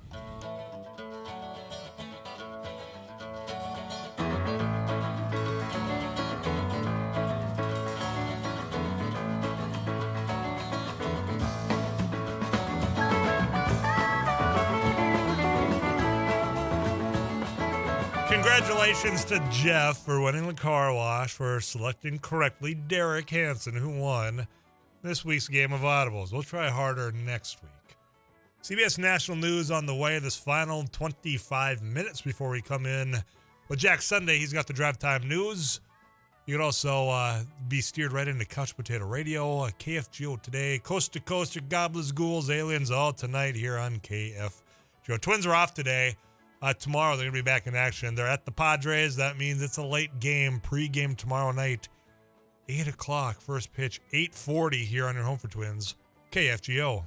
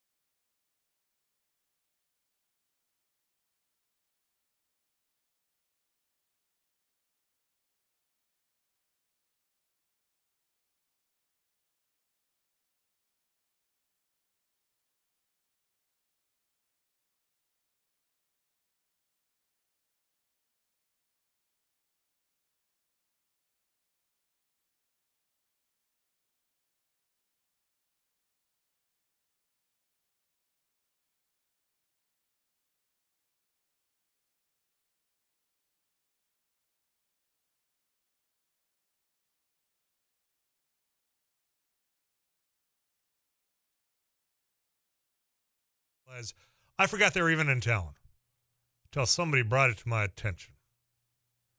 And I found out because I'd asked yesterday, is Avril, I've been talking a lot today. Such is the life of a talk show host. That Avril Lavigne used to be married to the lead singer of Nickelback, that Kroger guy. No longer the case. It's confirmed. Mandy from our sister station, Y94, did the old Google for me, so that's not the case. But saw some videos. Looked like it was a packed house up there. If you were there, let me know at 35270. Got some more messages that I'll get to those in a little bit. But you had that concert go on. And one thing we did not get to yesterday, and I'm going to dive in, I'm going to use this concert because I bet you they were selling beer there at the concert, in which it wasn't just for adults. And I know this because I saw on Snapchat, of all places, one of my friends had their kids at their first concert at Machine Gun Kelly, which, okay, to each their own. Maybe they were really there for Avril and to hear Skater Boy. I had a large amount of friends that were there. I was a little surprised. I might as well have been at the concert because I got to see dang near the whole thing. I had to just get out of my way. I don't need to see on Instagram, which is really just becoming a knock-up of Snapchat. I mean, I saw most of the concert, and I wasn't anywhere close to the Fargo Dome. But I bring this up because there was young people there. There was people over 21. They had beer, and I didn't hear of any disruptive behavior. When I've gone down to watch football in other venues when we've had people of all ages, hasn't been anything disruptive. When I've gone to the Shack to watch Bison basketball, there's been beer. Nothing disruptive, no incident. So why still are there people that are kind of anxious about the Fargo Dome finally saying, you know what, it's time. And correct me if past time to allow beer at the Fargo Dome for football games. Correct me if I'm wrong, but for years you've been able to drink in the suite section of the Fargo Dome. That is a rumor that I never got invited to the suites. Nor have I. So as you can tell, it's just pure speculation. I was not Jim Roars. I was not John Hoven. Sir, I certainly cast my votes in favor of budgets for NDSU, but no, Dean Brashani wasn't calling. You saw a lot of your colleagues up on that screen, but not necessarily you. No, I never got that call, Dean. Not until you needed something. And then it wasn't hey, here's a thanks, come to the press box. Okay. So I don't know. Rumor always was that in the president's box, but I have no idea. I cannot confirm, nor can I deny. But now, if that was the case, no longer is it isolated to politicians and public figures. Everybody 21 and over. And here's what the Fargo Dome's done this routinely. They did it last night. They've got staff trained to do this in an appropriate fashion.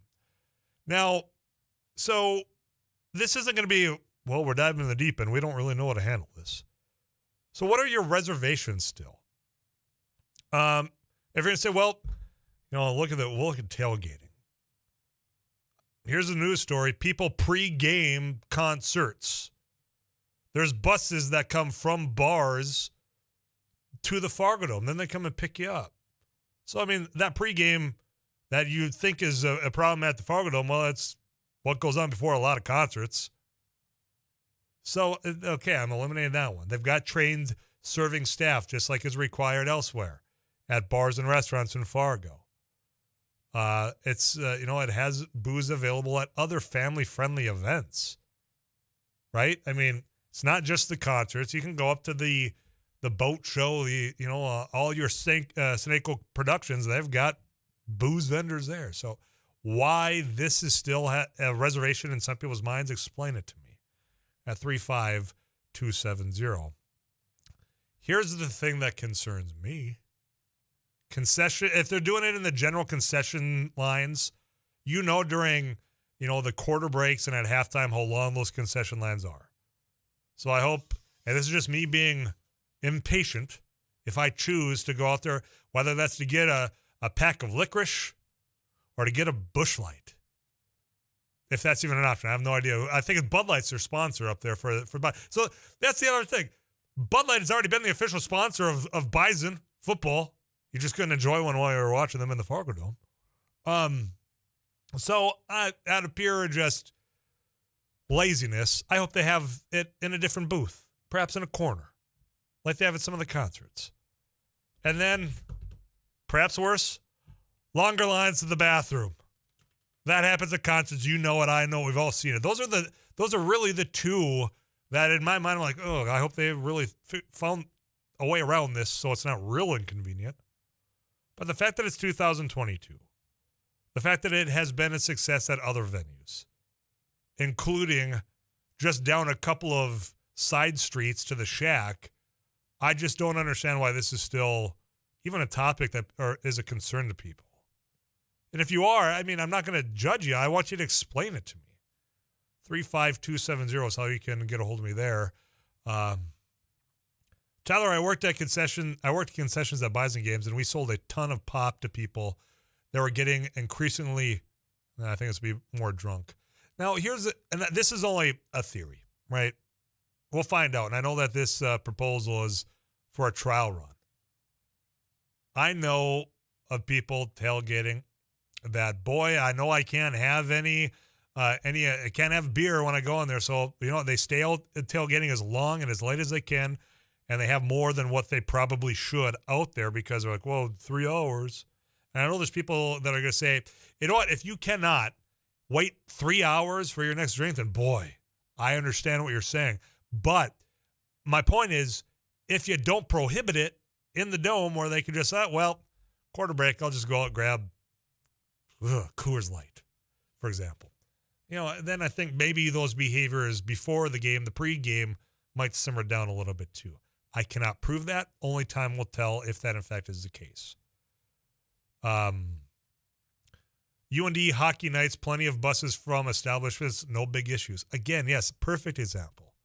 NDSU football, UND hockey, plenty of buses from bars. So there's pregame in there. They go in there. Guess what? You can buy Miller Lite, and then it's no issues. I don't believe there's going to be any at the Fargo Dome. Tyler, I'm just saying I went to Paw Patrol Live with my kids and enjoyed myself several beers. Minimal disruptions. So Paw Patrol. Now I imagine you probably weren't tailgating or pre-gaming. Paw Patrol. That's the variable here that is on a lot of people's minds. But the point is, the other variable is, well, there's going to be kids at the games. Well, there's kids at all these other events. There is personal responsibility that does go into this, something we always talk about on a variety of other issues. That should be no different here. And in fact, that's why I was encouraged when I was hearing the conversation from those that made the decision unanimously saying, look, it's on the responsibility of the individual. Why should we be preventing that opportunity? That's where I've been. I think that's where a lot of people have been, not just on this issue, on a variety of things.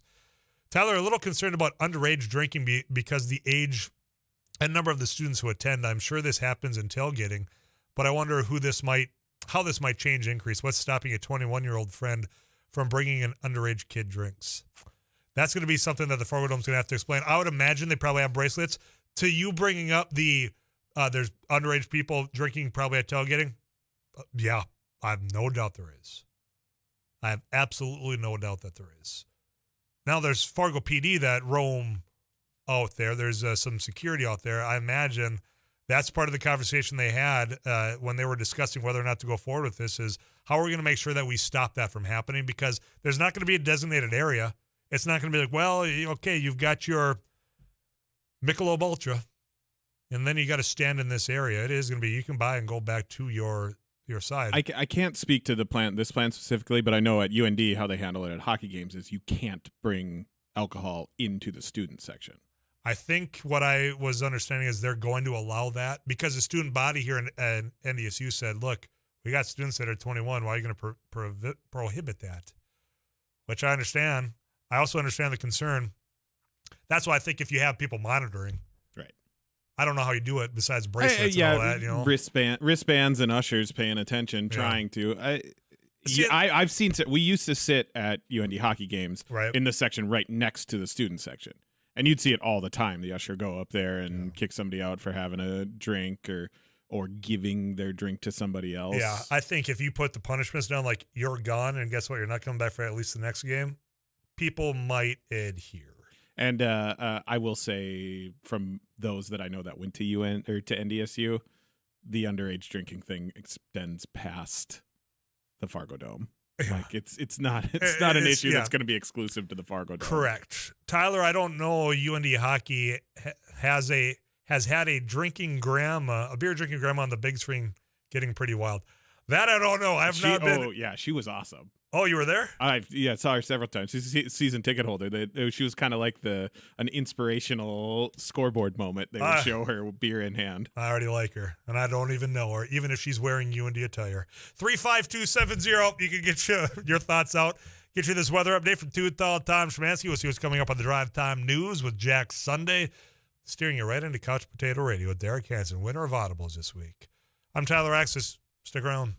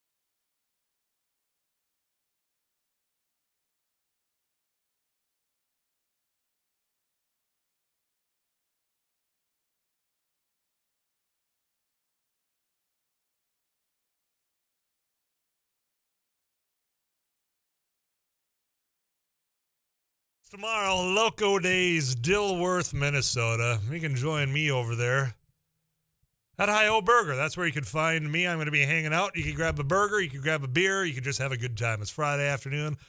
The boss doesn't need to know why you're leaving early, just to join me anywhere between 2 and 5 over there. And then I do want to give one more time Senator Kevin Cramer's number. Urge that yes vote on Monday. He's going to get an opportunity to get it right. 202-224-2043. That's the number for his office. You can call him, say, vote for that Pact Act. And for everybody that did call that same number earlier when I asked you to do so during this show and then reached back out, said I visited with a woman For those of you that said, look, they're receiving, according to their machine, the high volume of calls, thank you. For those of you that haven't done it yet, you still got time. This thing isn't coming back up until Monday, but he needs to hear from you. 202-224-2043. Jack Sunday's in studio. He's got the drive time news. Hey, pal. Yeah, we've got all the news you need for your drive home, and heck, we'll do it a couple of times. In fact, during the drive time news, there's 4 segments featuring KFGO's Paul Juergens. We open up with the CBS News. Too Tall Tom Szymanski follows thereafter, and then Paul Juergens and Polly Lights with traffic, Derek Hansen sports. And today we're going to talk with Dave Kolpak, the Associated Press reporter. He had a conversation with the director of the Red River Women's Clinic, and it turns out they're ready to make the move across the bridge, and they'll use that time to make that move, even though that court order yesterday has put off implementation of the women's right to have an abortion. We have Rusty Halverson in today, and news headline, another ride with Joel Heitkamp. He'll be chatting. Are we going to have an afterthought with Tyler Axtis? Oh, boy, are you? Will you give Kevin Kramer's phone number again? 202-224-2043. And please do that during the afterthought, too. I can drop that number In fact, one more time. You've got a minute. Just repeat it. Just repeat it over and over? Yeah. People, I hope you all wrote it down again. And I'll say one more time. It's probably an intern. It's a staff member. They're not in charge of the vote, but they are in charge of letting the senator know your position, and he works for you. But knowing how, if it's an intern not getting paid in his office, or how little salary those staff members actually get, be kind to them, but be firm in where you stand on this position, as that vote is coming back up on Monday after they got it wrong and stood in the way of progress just within the last 24 hours. So that would be from 5 to 6 today. No twins. No, twins are off today. Yep. Back in action then tomorrow, 8 o'clock. I'm not going to have to get a nap in before the first pitch at 8:40. Oh, really? Yeah. San Diego. They're taking on the Padres. 8 o'clock's pregame, 8:40 first pitch. Egad, tomorrow. All right. Well, the drive time news is straight ahead, 5 to 6 o'clock here on KFGO. That's less than 4 minutes time from right now. And again, tomorrow, I'm going to be over at Dilworth Local Days. Hi-Ho Burger, the original. I'm going to be hanging out there probably before 2 because I got to get set up and you stop by, say hello. I think some of the KFGO staff are going to be stopping by as well. So it won't just be, if you don't want to even look at me, you don't have to. There'll be some other people over there from KFGO. We'll have a good time. And you know what? Local Days, always a good time. And, I've been thinking a lot about just some of those annual activities, those festivals, those celebrations. Your small town typically has one. I don't care if you call it Harvest Days, Local Days, Lake Days. Get out. You still got time. Enjoy it. There's a lot of work and volunteerism that goes into that. And some of that comes and pays back out to those communities. It's a celebration. It's a good time. And you got a little bit of time left to take those in before fall hits. Hunting season, football. All of that's right around the corner as we're looking at the end of July here. August 1st is Monday already. Folks, heavy conversation, important conversation. I hope you do your part. Pick up that phone, call that number at 202-224-2043. Urge a right vote on that. And you know what? We'll be following along, but that is it for me today. I'm Tyler Axtis, your host here on Afternoons Live. I'll be back tomorrow at Dilworth Hi-Ho Burger. It's Local Days. Till then, you drive safe and you take care of yourself. I'll check in tomorrow on 790 AM, 94.1, and 104.7 FM, KFGO.